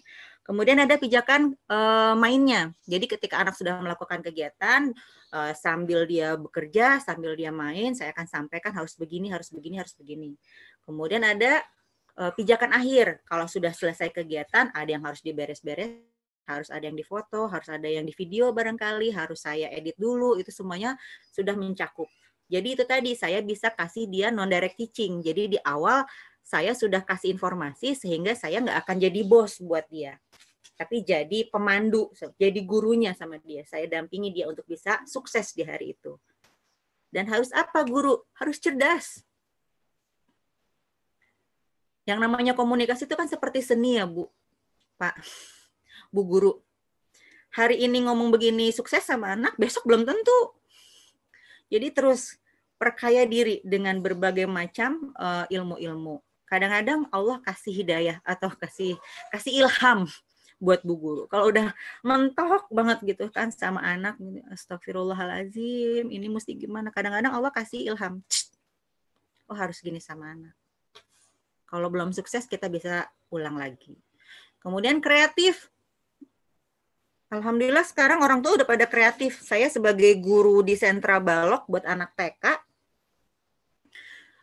beberapa kali saya dapat video, ada yang proses editingnya sudah dikasih musik, ada yang dikasih narasi atau tulisan-tulisan, ada yang dikasih pembukaan, penutupan, ada yang dikasih stiker. Itu rasanya menyenangkan banget buat saya sebagai guru. Jadi orang tua terlibat banget dalam pendidikan anak-anaknya. Itu heartwarming banget buat kami sebagai guru. Pandai berbahagia. Nah, gampang nggak berbahagia guru sama ibunya? Move on. Tadi kan kita punya mengenali emosi dewasa yang banyak tadi ya. Supaya bisa move on gimana? Banyak caranya. Dan tiap orang beda-beda. Iya, ada suara? Oke, saya lanjutkan. Guru mengenali kebenaran dan mampu menegakkan kebenaran walaupun di bawah tekanan. Tidak berbuat salah. Jangan pernah berbuat salah. Kalau salah gimana? Kan manusia tempatnya salah. Usahakan tidak berbuat salah. Karena kita sudah punya patokan.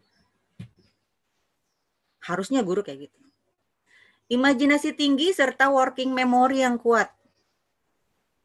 Guru kalau nggak punya imajinasi yang tinggi itu akan sulit untuk bisa melejitkan kemampuan anak-anaknya.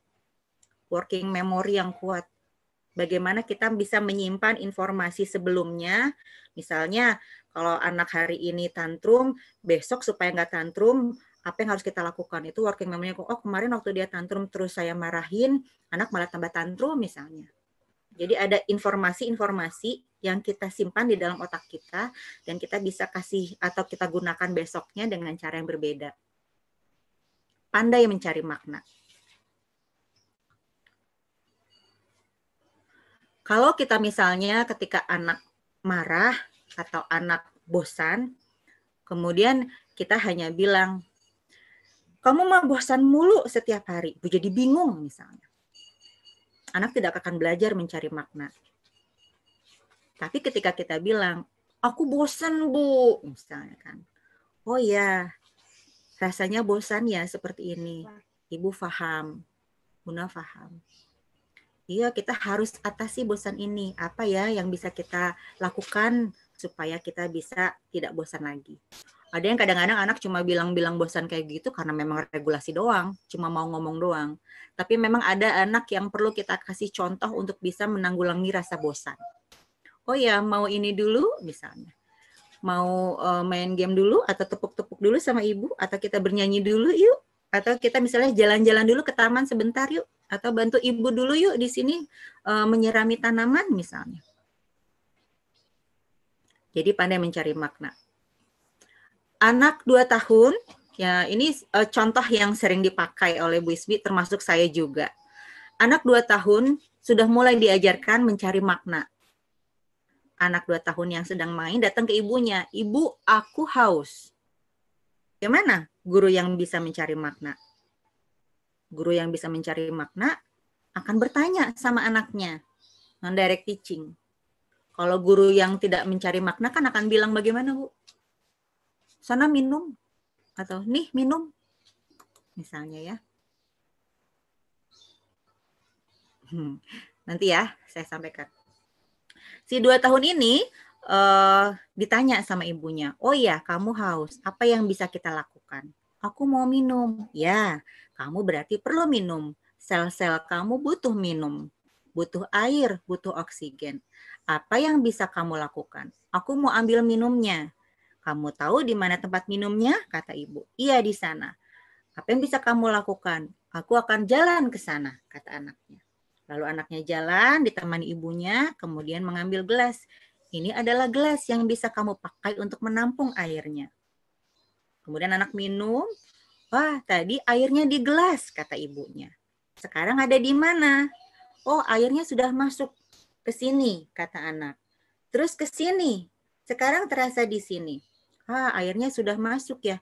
Nanti airnya akan dipakai sel-sel kamu untuk melakukan kegiatan lagi. Kamu mau lakukan main lagi? Anaknya bilang, iya. Anaknya kemudian main.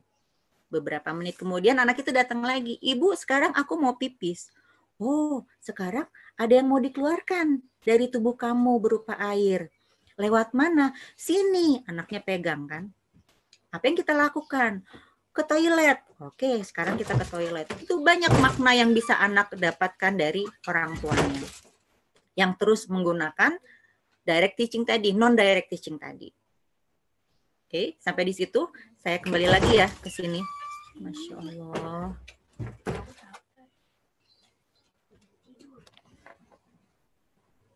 Mana? 3 bulan. Oh, Masya Allah. Innalillahi. Sejak itu suka marah jika bangun pagi. Ya. Semoga dilindungi terus ya Bu Ai. Mudah-mudahan diberi petunjuk selalu sama Allah. Suka marah jika bangun pagi. Ya, mungkin itu bagian dari bagaimana dia menyampaikan emosi dirinya tadi. Difahami dulu ya Bun ya. Saya yakin Ibu Ai juga sedang meregulasi diri juga. Sama-sama regulasi diri. Suka marah jika bangun pagi. Diajak berdoa barangkali Bun. Atau diceritakan hal-hal yang indah sama ayahnya. Usianya 6 tahun 8 bulan ya Bu Ai. Nanti kita ngobrol lagi. Dari Ibu... Oh, mana dia? Terkait recalling atas pembelajaran anak selama pandemi, sebaiknya dilakukan berapa kali dalam sehari atau berapa kali dalam seminggu, mengingat keterbatasan waktu orang tua dengan rutinitas sehari-hari. Ini Bu Guru ya. Recalling pembelajaran anak itu dilakukan setiap hari sama orang tuanya. Biasanya kalau di sekolah Sani memang semua dilakukan sama orang tuanya untuk recalling. Nanti orang tuanya akan kasih informasi itu ke gurunya.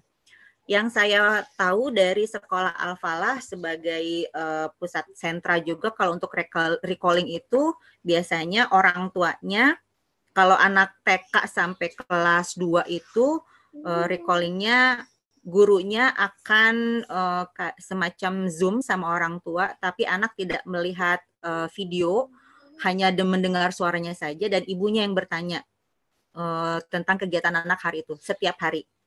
Itu tadi ya, bagaimana bisa menyelaraskan antara sekolah sama rumah, memang itu penting sekali.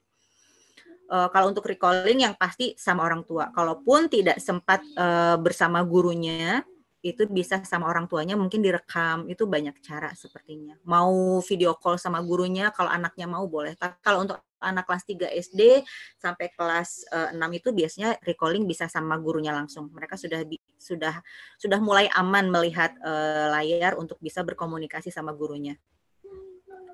Ya, untuk bisa sama orang tua, kita juga mesti paham bagaimana kita memahamkan orang tua supaya tetap concern sama pendidikan anak-anak. Lanjut ya. Mau sharing syarat jadi guru yang baik? Banyak ya Bu. Terkadang anak di rumah tidak mau menuruti kata orang tuanya, lebih ngeyel. Apalagi kita nggak punya pendidikan formal jadi guru. Jadi kadang-kadang saya juga mentok saat berkomunikasi dengan anak. Akhirnya bisa ditebak, emaknya lebih banyak ngomel-ngomel. Tipsnya dong Bu, supaya bisa menjadi guru yang baik di rumah. Oke. Sambil jalan nanti sama slide-nya ya. Oh, saya orang tua. Orang tua guru sekarang, bunda guru, ayah guru. Oke, kita lanjut ke slide ya. Kemudian pandai mencari makna sudah, paham multiple intelligences tadi supaya bisa understanding, tadi saya sudah sampaikan sebelumnya ya. Kita paham yang mau kita bangun sama anak itu ada 7 kecerdasan. Nggak usah neko-neko dulu sampai ke 11 ya Bu ya, masih jauh. Nanti lebih abstraknya nanti kalau sudah dewasa, sudah 18 tahun ke atas sudah bisa. Kemudian paham 7 essential life skills. Paham bagaimana 7 keterampilan hidup mau kita kasih ke anak buat bekal dia biar bisa masuk surga sama kita. 7 keterampilan hidup apa? Pertama fokus. Tuh dia terampil untuk fokus, dia terampil berbahasa, dia terampil perspektif taking atau mencari sudut pandang, dia paham bagaimana bisa belajar atau engage learning, dia paham bagaimana bisa menghadapi masalah, itu semuanya kita akan kasih ke anak lewat kegiatan sehari-hari. Jadi kalau anak hari itu menunjukkan sikap yang memang nggak oke, itu bagian dari tantangan bagaimana kita bisa mendampingi anak untuk berhasil taking on challenges. Jadi setiap hari itu pasti kita akan ada gesekan ya sama anak, sama orang, sama pasangan, sama keluarga, itu pasti akan ada friksi-friksi gayanya. Dan bagaimana kita bisa kasih pembelajaran itu ketika itu terjadi. Bagaimana perspektif taking itu bisa kita kasih sama anak. Semakin kuat perspektif taking kita, kemudian kita berikan juga ke anak. Perspective taking itu semacam melihat sudut pandang. Jadi orang yang perspektif takingnya lemah itu biasanya sering banget untuk konflik. Jadi orang yang sering marahan misalnya itu perspektif takingnya berarti masih lemah. Karena misalnya pasangan suami istri. Si istri bilang, aduh suami saya mah nggak itu ya, nggak romantis barangkali. Macam-macam lah segala macam. Tapi kalau misalnya si istri bisa ambil sudut pandang suami, kemampuan perspektif takingnya kuat, dia akan memahami suaminya. Oh suami saya memang tipikalnya seperti ini. Cara menunjukkan kasih sayang nggak melulu lewat bunga, nggak melulu lewat lagu di gitar, tapi lewat perhatian dia, lewat bagaimana dia bisa menafkahi anak istrinya secara bertanggung jawab. Itu kan bagian dari perspektif taking yang kuat. Semakin kuat perspektif taking kita, semakin kita bisa bukan menghindari, memanage masalah supaya bisa lebih nyaman. Udah tadi 7 essential life skills. Oke. Ada chat lagi. Ya, sering hilang chatnya.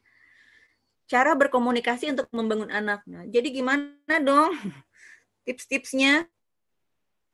Sebelum tips-tips, ini tadi yang sudah saya sampaikan sebelumnya. Banyak cara untuk memanage emosi kita sebagai orang dewasa. Salah satunya sebagai ibu, tadi untuk bisa mengetahui jati diri, kita ya, mulai dari kecil sampai orang dewasa, sampai dewasa seperti ini, kita tuh organiknya atau kita kenanya atau kita lengketnya itu adalah nama kita. Nama, kemudian pakai bin gitu kan. Salah satu caranya untuk bisa mencari identitas diri adalah membangun setting image dari nama diri kita. Misalnya, Aulia misalnya. A misalnya. Anaknya baik. Amin dong, Bu. U misalnya, uangnya banyak misalnya. L, apa ya? Saya belum bisa nih. L misalnya apa? Nanti dari kita bisa setting nama kita, misalnya udah selesai ya. Jadi kayak nggak enak gitu kalau. Jadi kita setting nama itu kita cari yang minusnya, minus kita apa, kemudian positifnya apa. Nanti dari itu kita bisa punya identitas yang kuat. Tahu identitas diri akan lebih mudah memahami orang. Sudah kasih itu, kemudian bisa juga pakai metafora. Saya sebagai ibu, saya beberapa kali bertemu dengan orang tua supaya bisa paham orang tua, jadi orang tua seperti apa adalah, ayo kamu jadi orang tua seperti apa? Misalnya kayak saya dijuluki sama anak-anak saya, misalnya orang tua yang mirip kayak, jadi malu kedengaran, jadi kayak singa katanya. Bunda tuh kayak singa katanya kan. Jadi matanya selalu mengawasi apa segala macam. Jadi sifat-sifat singa yang bagus-bagusnya itu kita jadikan metafora diri kita. Negatifnya kalau singa ya sering roaring gitu ya, menakutkan memang. Jadi kadang-kadang anak-anak juga takut. Lanjut, cara berkomunikasi untuk membangun anak. Aduh, saya lihat chat dulu ya. Oh ya, nggak apa-apa Ibu Mariamah. Bismillah, dari Ibu Ira Pridawanti, izin bertanya.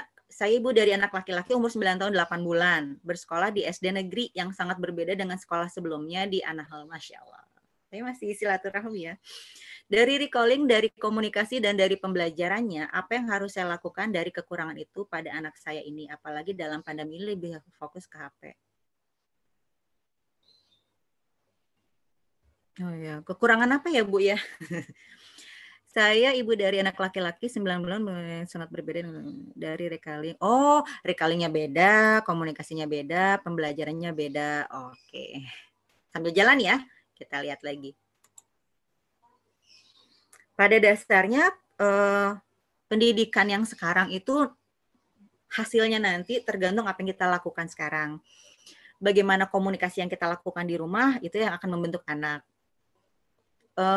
Banyak yang bilang dari ibu yang soleh, dari ibu dan ayah yang soleh, anaknya soleh. Walaupun kesolehan itu adalah mutlak prerogatif dari Allah. Dari ibu dan orang tua yang tangguh, anak akan jadi tangguh. Itu sebabnya kita kuatkan pendidikan. Beberapa waktu lalu santer banget di media sosial itu adalah strong from home. Jadi kuat dari rumah. Jadi insya Allah yang sampai sekarang pahami adalah juga ketika kita kuat di rumah, insya Allah anak akan lebih banyak belajar nantinya dengan hal-hal yang dia dapati berbeda di SDN-nya sekarang misalnya. Jadi kalau kita paham apa yang harus kita lakukan, kita coba komunikasi sama gurunya barangkali. Karena memang mau nggak mau pendidikan itu ya itu tadi 3 guru, dari orang tua, guru, sama lingkungan. Kalau Bunda bisa membangun komunikasi sama gurunya, bisa diskusi sama gurunya apa yang lebih baik dilakukan, itu akan lebih bagus lagi. Tapi kalau memang beberapa guru memang agak sulit untuk bisa diajak kerjasama, mungkin kita bisa minta bantuan dari kepala sekolahnya kalau misalnya kita mau gitu kan. Atau kita memang lakukan yang terbaik saja dulu sebagai ibu di rumah. Itu tadi ya, artnya komunikasi itu kompleks banget gitu. Kita coba lihat cara berkomunikasi untuk membangun anak. Nanti mudah-mudahan ada yang bisa terserap dari sini untuk Ibu Ida. Ketika kita berkomunikasi sama anak, kita pertama pahami perasaan anak dulu. Kalau saya sama teman-teman saya di TK bilang, yang kita tuh sekarang jadi guru limbik, guru sistem limbik. Karena guru TK itu ngurusin nangisnya anak, marahnya anak, takutnya anak, kecewanya anak, keselnya anak gitu kan. Kita belum masuk ke ranah bagaimana kita isi knowledge buat anak 5+5, 7+7, walaupun kita lakukan stimulasi yang seperti itu. Di Balok kita sudah mulai ada kelipatan 5, kelipatan 10, itu di TKB misalnya kan. Itu kan sudah masuk konsep matematika. Tapi tetap pada usia 0-7 tahun, bagian otak yang berkembang adalah sistem limbik atau pusat perasaan. Perasaannya dulu, limbiknya dulu yang kita cairkan. Itu tadi, bisa sambil bergerak, bernyanyi, kemudian lompat-lompat misalnya kan, sampai cair. Kalau pada orang dewasa, kalau pada ibu-ibu itu kadang-kadang kalau disentuh aja sama ayah, sambil ayahnya bisikin misalnya, aku satu limbiknya gampang cair Bu, gampang banget kalau ibu-ibu mah ya. Kalau anak-anak itu ya itu tadi, dengan wajah yang ramah, dengan gerakan, dicairkan dulu. Kalau emosinya sudah baik, perasaannya sudah baik, kemudian dia bisa lakukan kegiatan. Bisa beraksi. Jadi pahami dulu perasaan anak. Apapun yang anak tunjukkan, dia marah, dia senang, kita coba bahasakan. Kayaknya lagi seneng banget nih anak Bunda. Kayaknya kamu bahagia banget nih, gitu kan. Oh nyanyi-nyanyi adek lagi seneng ya misalnya kan, atau kakak anak 9 tahun pun sering nyanyi. Wah ada yang bersenandung kayak ada lagi seneng nih misalnya kan, dipahami perasaannya. Apalagi marah, oh susah sekali ya, jangan sampai kita kayak yang lain gitu, ibu-ibu yang belum paham kan tidak membangun. Misalnya anak lagi susah, masa begini aja nggak bisa gitu kan, itu malah meruntuhkan self esteem anak. Kemudian bertanya, kenapa kita harus bertanya? Untuk memindahkan perasaan tadi ke limbik. Supaya dia bisa berpikir dari limbik, nanti informasinya disampaikan ke korteks. Di korteks, oh kamu marah ya? Apa yang membuatmu marah? Dia berpikir. Oh tadi garisnya nggak lurus Bu, katanya kan. Aku udah hapus tapi masih nggak lurus. Oh supaya bisa lurus garisnya mesti bagaimana pegang penggarisnya sama pensilnya misalnya kan. Nanti bisa timbul kesadaran diri. Oh iya, supaya garisnya nggak miring-miring, Ibu tolong dong pegang di ujung sana, aku pegang ujung sini. Jadi aku bisa garis lurus, kata anaknya. Itu tadi. Jadi kita perlu bertanya sama anak, jadi anak bisa membangun konstruksi berpikir yang lebih bagus, lebih kuat. Kita bertanya. Kemudian ajarkan keterampilan. Temukan keterampilan yang hilang dengan role play. Main. Sambil main-main. Oh ya, kamu marah ya misalnya kan tadi. Kenapa? Gitu kan. Kalau kamu marah-marah seperti itu, misalnya sambil, ini biasanya urusan bapak-bapak role play paling asik nih.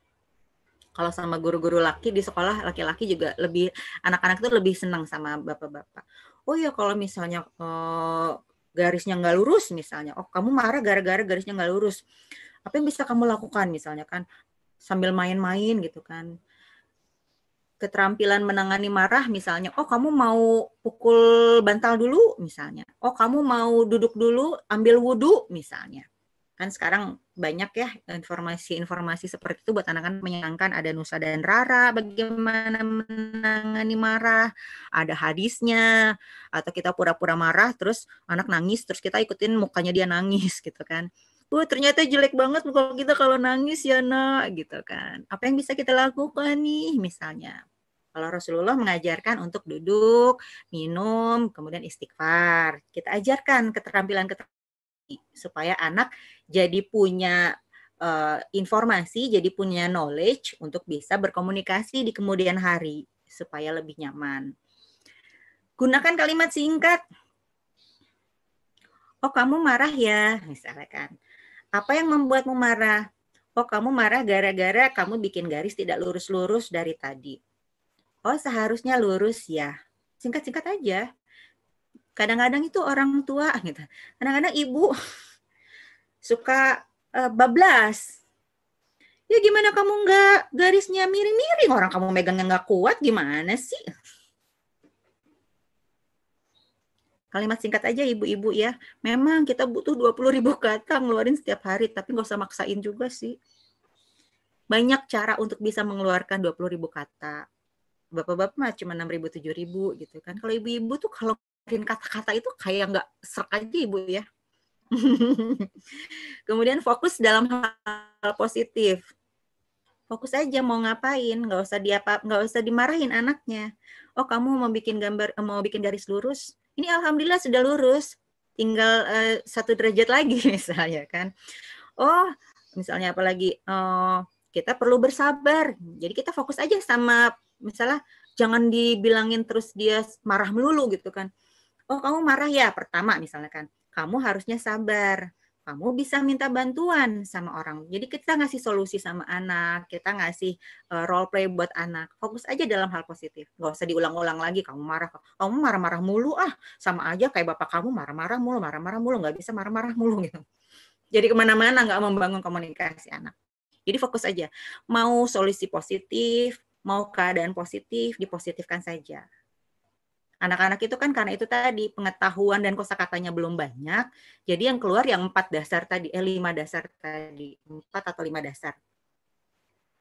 Oke, kita lanjut sekarang ke bagaimana keterampilan untuk bisa mengatasi konflik. Yang paling rendah adalah pasif, diem aja. Jadi kalau ada konflik, anak diem aja. Diem aja ini kalau nggak diem aja, kalau nggak kabur dari keadaan, atau fight, serang. Jadi itu pasif. Kalau serang udah masuk ke physical aggression nanti. Dan ini bukan cuma pada anak-anak, pada orang dewasa juga termasuk. Dan yang paling tinggi tingkatan untuk bisa menyelesaikan masalah adalah berbahasa. Pada orang dewasa. Kalau pasif itu nggak akan muncul solusinya, nggak akan terbangun komunikasinya. Verbal aggression ini adalah serangan kata-kata. Ini banyak serangan kata-kata nih. Sekarang di medsos. Posting apa, komentarnya apa. Kita mau bawa anak-anak bagaimana bisa berkomunikasi dengan bahasa, menanggulangi masalah dengan bahasa. Mau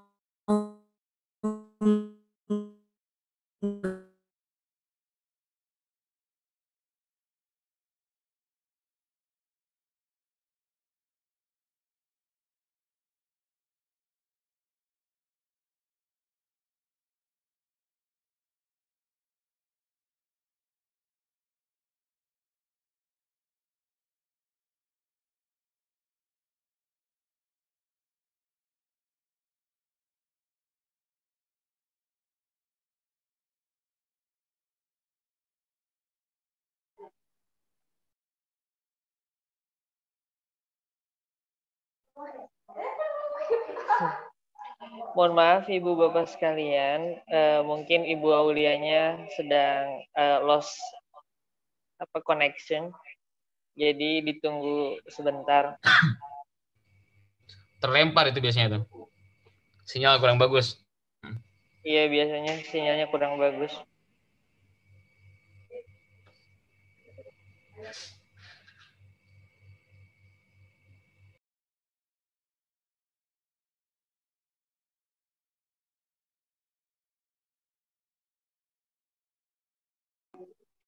Karena kita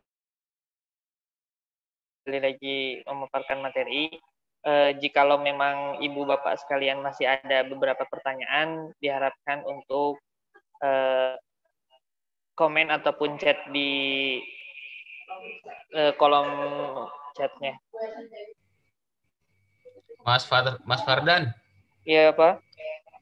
itu kalau Miss Oli-nya belum bisa masuk, mungkin bisa dengar pengalaman dulu dari Bu Ani Setia, itu kayaknya masuk juga. Ada Ibu Alia. Kalau Bu Oli-nya belum masuk, belum bisa masuk lagi, mungkin bisa berbagi dulu Ani pengalaman itu.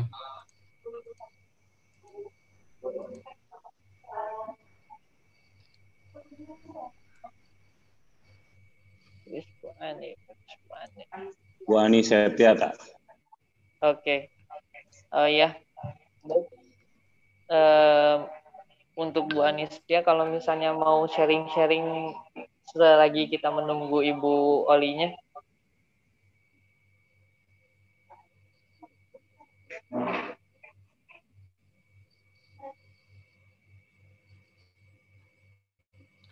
Bu Ani masih sentra sepertinya sama anak-anaknya ini.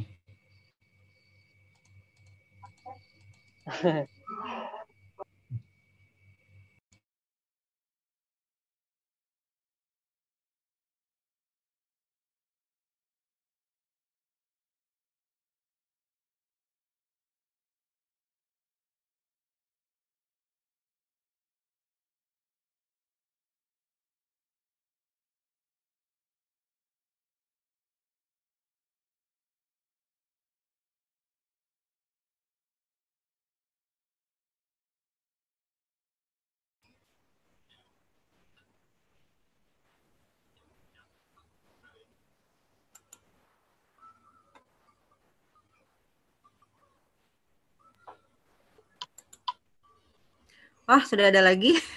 Maaf ya, udah masuk. Maaf terputus. Ini yang tadi saya bilang seksinya berzoom-zoom ria di masa pandemi. Terima kasih Pak Anhar. Tinggal dikit lagi padahal nanggung. Saya buka dulu ya. Punten dicoba dulu. Tadi sampai mana ya?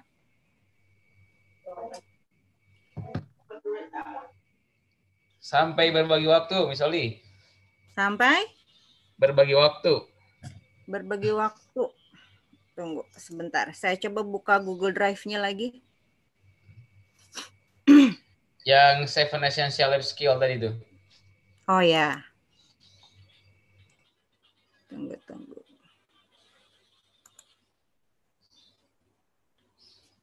Berbagi waktu. Oke.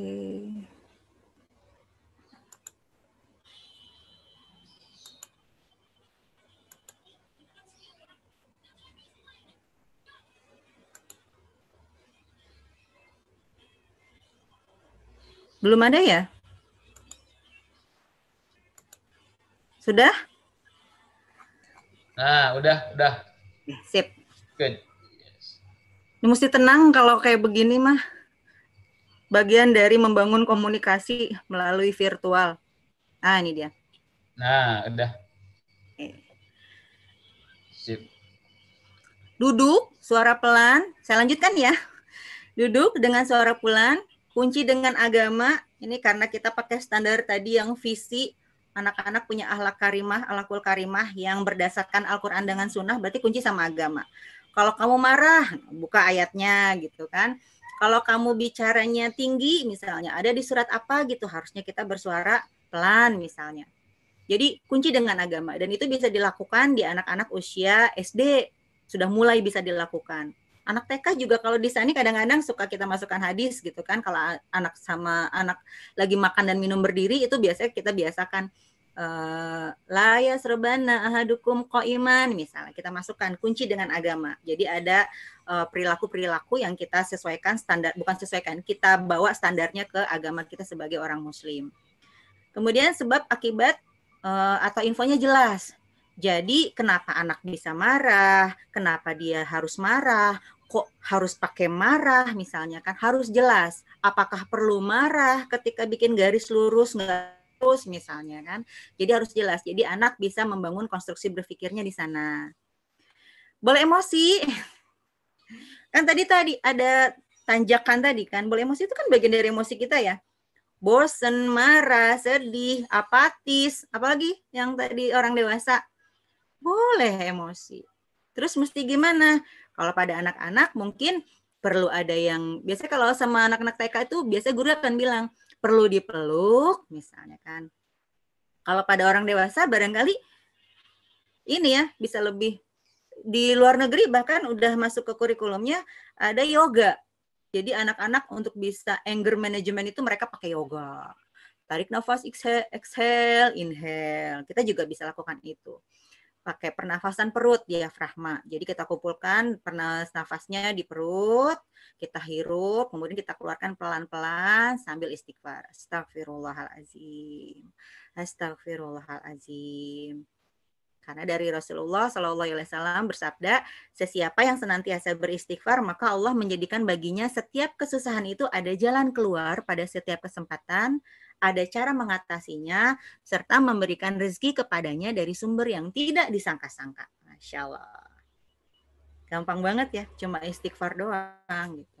Dan kita bisa role play-kan itu ke anak-anak. Istighfar gitu kan. Ngomongnya ya sambil biasa aja, kadang-kadang sambil emosinya, jangan marah-marah dong. Ibunya juga modelingnya sambil marah-marah, ya anaknya ikutan marah-marah juga.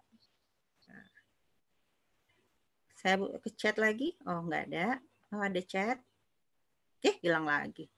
Nah, sebagai penutupnya, jadi supaya bisa membangun komunikasi, kita mau siap-siap jadi guru, jadi ibu, jadi karyawan guru gitu kan. Bagaimanapun kaitan kita banyak ya kemana-mana gitu kan. Harus seperti apa? Sebenarnya sih ini nggak cuma guru excellent aja ya, tapi saya pikir manusia excellent itu seperti apa sih? Kalau kita bisa ilustrasikan seperti yang akarnya menghujam ke tanah, yang dedaunannya bisa menaungi, rimbunannya bisa menaungi, dan daun-daunnya bisa menghasilkan oksigen yang bermanfaat bagi makhluk hidup lain. Kemudian yang batangnya kuat dan kokoh gitu kan, ditempa dengan angin sekencang apapun tetap tegar berdiri gitu kan. Jadi kita nggak fokus sama kekurangan anak, sama kesalahan anak, sama tidak melabelkan, tidak sama sekali melabelkan anak-anak ke negatifnya, tapi bagaimana kita bisa ajak aja gitu sebagai orang, sebagai guru untuk bisa tetap kokoh seperti pohon ini. Kan kalau pohon yang rimbun banget di atasnya itu bisa memberikan kesejukan buat orang yang berteduh misalnya. Kemudian akarnya bisa menahan tanah dari erosi gitu kan, dari apapun yang bisa menerpanya. Seperti itulah. Jadi guru excellent adalah yang seperti pohon yang saya sampaikan ini. Ada beberapa informasi barangkali bahkan ada yang seperti bambu juga kan, bisa dianalogikan seperti apa saja sih. Seperti yang sudah saya sampaikan, ketika kita bisa mencari identitas diri, memetaforakan diri, kita bisa jadi guru yang excellent. Itu mudah-mudahan ada yang mau disampaikan lagi, boleh. Sekian bukan materi sih. Sebenarnya Allah itu sudah menghamparkan ilmunya, ayat-ayatnya yang bisa kita baca secara langsung maupun tidak langsung. Kemudian anak juga sebenarnya adalah bagian dari mana kita bisa membaca dia sebagai ayat Allah. Itu sebabnya apa yang dilakukan Sekolah Sentra, makanya kami mengembangkan buku-buku, kemudian ensiklopedi supaya anak bisa mencari ilmu itu tadi. Sebenarnya ilmu itu sudah dihamparkan banyak sekali. Yang bisa kita lakukan adalah kita mengambilnya sesuai kebutuhan untuk bisa kita pakai, untuk bisa hidup kita dan menjadi itu tadi yang punya visi dan misi di awal tadi. mau ke surga ketemu sama Allah, jadi orang tua gitu. Jadi temukan misinya ya Bapak Ibu. Sekian dari saya, Bapak Admin, Bapak Arafat. Mungkin kalau ada yang mau di-share, saya bilang share-share terus ya, karena saya juga masih belajar Bapak Ibu guru gitu kan. Bahkan dari ustadz-ustadz sekalian, sebenarnya saya jiper banget ini sama Pak Andi, sama Pak Kolbun Salim, sama Ustadz Ade Khairil Anwar. Jadi nanti kalau ada yang dikoreksi atau ada yang mau disampaikan, sok mangga. Sekian, wassalamualaikum. Silahkan Pak Arafat.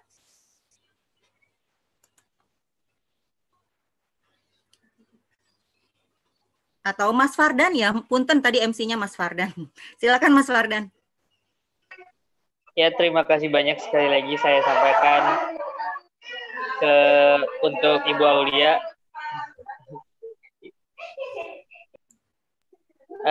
Mungkin untuk selanjutnya ada beberapa sesi pertanyaan terlebih dahulu, Ibu. Buat Bapak Ibu sekalian, kalau misalnya memang masih ada pertanyaan yang untuk ingin ditanyakan kepada Ibu Aulia, bisa langsung saja direct chat.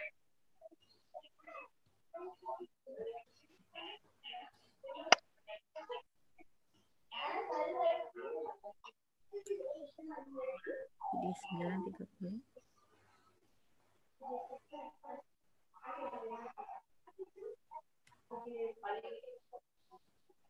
Untuk Ibu Bapak guru sekalian pun kalau misalnya memang masih ada pertanyaan, boleh dipaparkan saja di chat.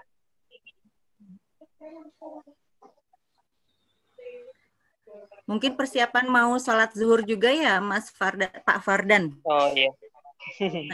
Udah 11:30. Kalau misalnya nanti ada yang mau saya tanyakan langsung, bisa di japri aja. Nanti nomor telepon saya bisa disampaikan oleh ke Ustadz Andi atau Pak Ade Khairil Anwar. Oke. Bisa di WA aja. Terima kasih banyak. Siap. Berarti sekalian menginformasikan kepada Ibu Bapak sekalian kalau memang masih ada pertanyaan yang nanggung dan belum sempat untuk ditanyakan, nanti dengan senang hati katanya Ibu Aulia meng-share nomornya untuk bisa dijapri ataupun bisa konsultasi sekalian. Terima kasih banyak. PowerPoint-nya juga. Oh ya, ini dari Bu Ayi, boleh minta share PowerPoint-nya. Nanti saya sampaikan dari Pak Ade Khairil Anwar aja ya, dari Panhar ya. Siap, Ibu. Terima kasih.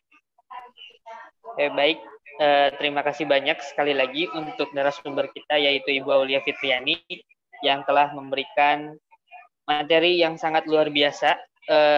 Lebih tepatnya itu bagaimana kita mempersiapkan diri sebagaimana orang tua di rumah dan juga sebagaimana guru yang ada di sekolah. Kita harus senantiasa mengkombinasi kedua kemampuan itu sebisa mungkin dengan adanya motivasi, tetap berpikiran positif dan juga rasa kesadaran ataupun awareness yang ada pada diri kita masing-masing. Dari awal sampai akhir saya ucapkan sekali lagi terima kasih banyak kepada Ibu narasumber, Ibu Bapak guru sekalian yang senantiasa hadir dan ikut join dalam materi ataupun seminar Zoom yang dilaksanakan oleh SD Islam Anahal. Mungkin Ibu Aulia ada closing statement terlebih dahulu sebelum saya tutup. Oh ya, tuh Ustaz tadi mau closing. Mungkin ini Pak, kalau saya sebelum closing ya Pak Andi, saya minta foto bareng-bareng dulu yuk. Tadi kan awal udah buka video masing-masing, kita foto bareng-bareng dulu. Ini ada 2 slide, mungkin ada 2 kali screen capture. Boleh dibuka videonya, Masya Allah. Ada Bu Wik sama ada Wafa. Boleh dibuka, nanti mungkin sama adminnya bisa langsung di screenshot gitu kan. Masya Allah, ada yang 2-2, ternyata banyak. Di sini mah ada 30, ternyata ada yang 2, ada yang 3 gitu ya. Iya, ada yang berempat. Sudah dibuka semua? Tampil videonya, Bu. Kenapa? Wajahnya belum tampil semua. Atau iya. Hajar sudah? Dihitung Pak barangkali. Yuk. Siap ya Ibu, ada 2 kali screen capture dari Bapak Arafat. Dihitung ya Pak. 1, 2, 3.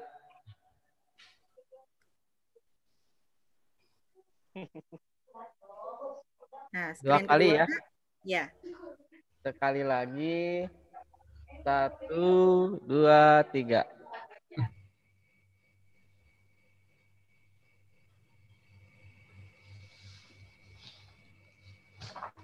Iya. Oke, sudah.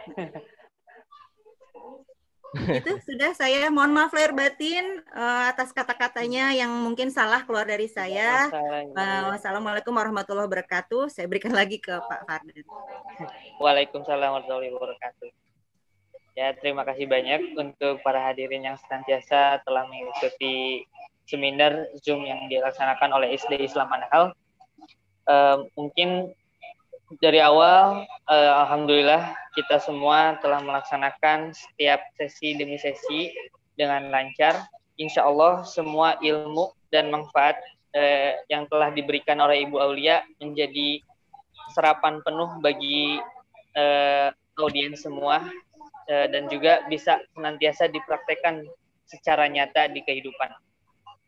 Terima kasih banyak untuk narasumber dan juga para audiens. Mungkin ditutup saja dengan doa. Rabbana atina fid dunya hasanah wa fil akhirati hasanah wa qina adzabannar. Assalamualaikum warahmatullahi wabarakatuh. Waalaikumsalam warahmatullahi wabarakatuh. Terima kasih Pak Andi. Salam. Jazakumullah khairan, Ustaz Anhar, Ustaz Kolbun Salib, juga. Ibu Ede Diana, Nanti di lain waktu. keluarga Bapak Deni Prabu. Ya. Assalamualaikum, izin left. Iya, waalaikumsalam. Mudah-mudahan semuanya nanti ada, ya Allah takdirkan bisa bersilaturahim secara offline tetap. Assalamualaikum.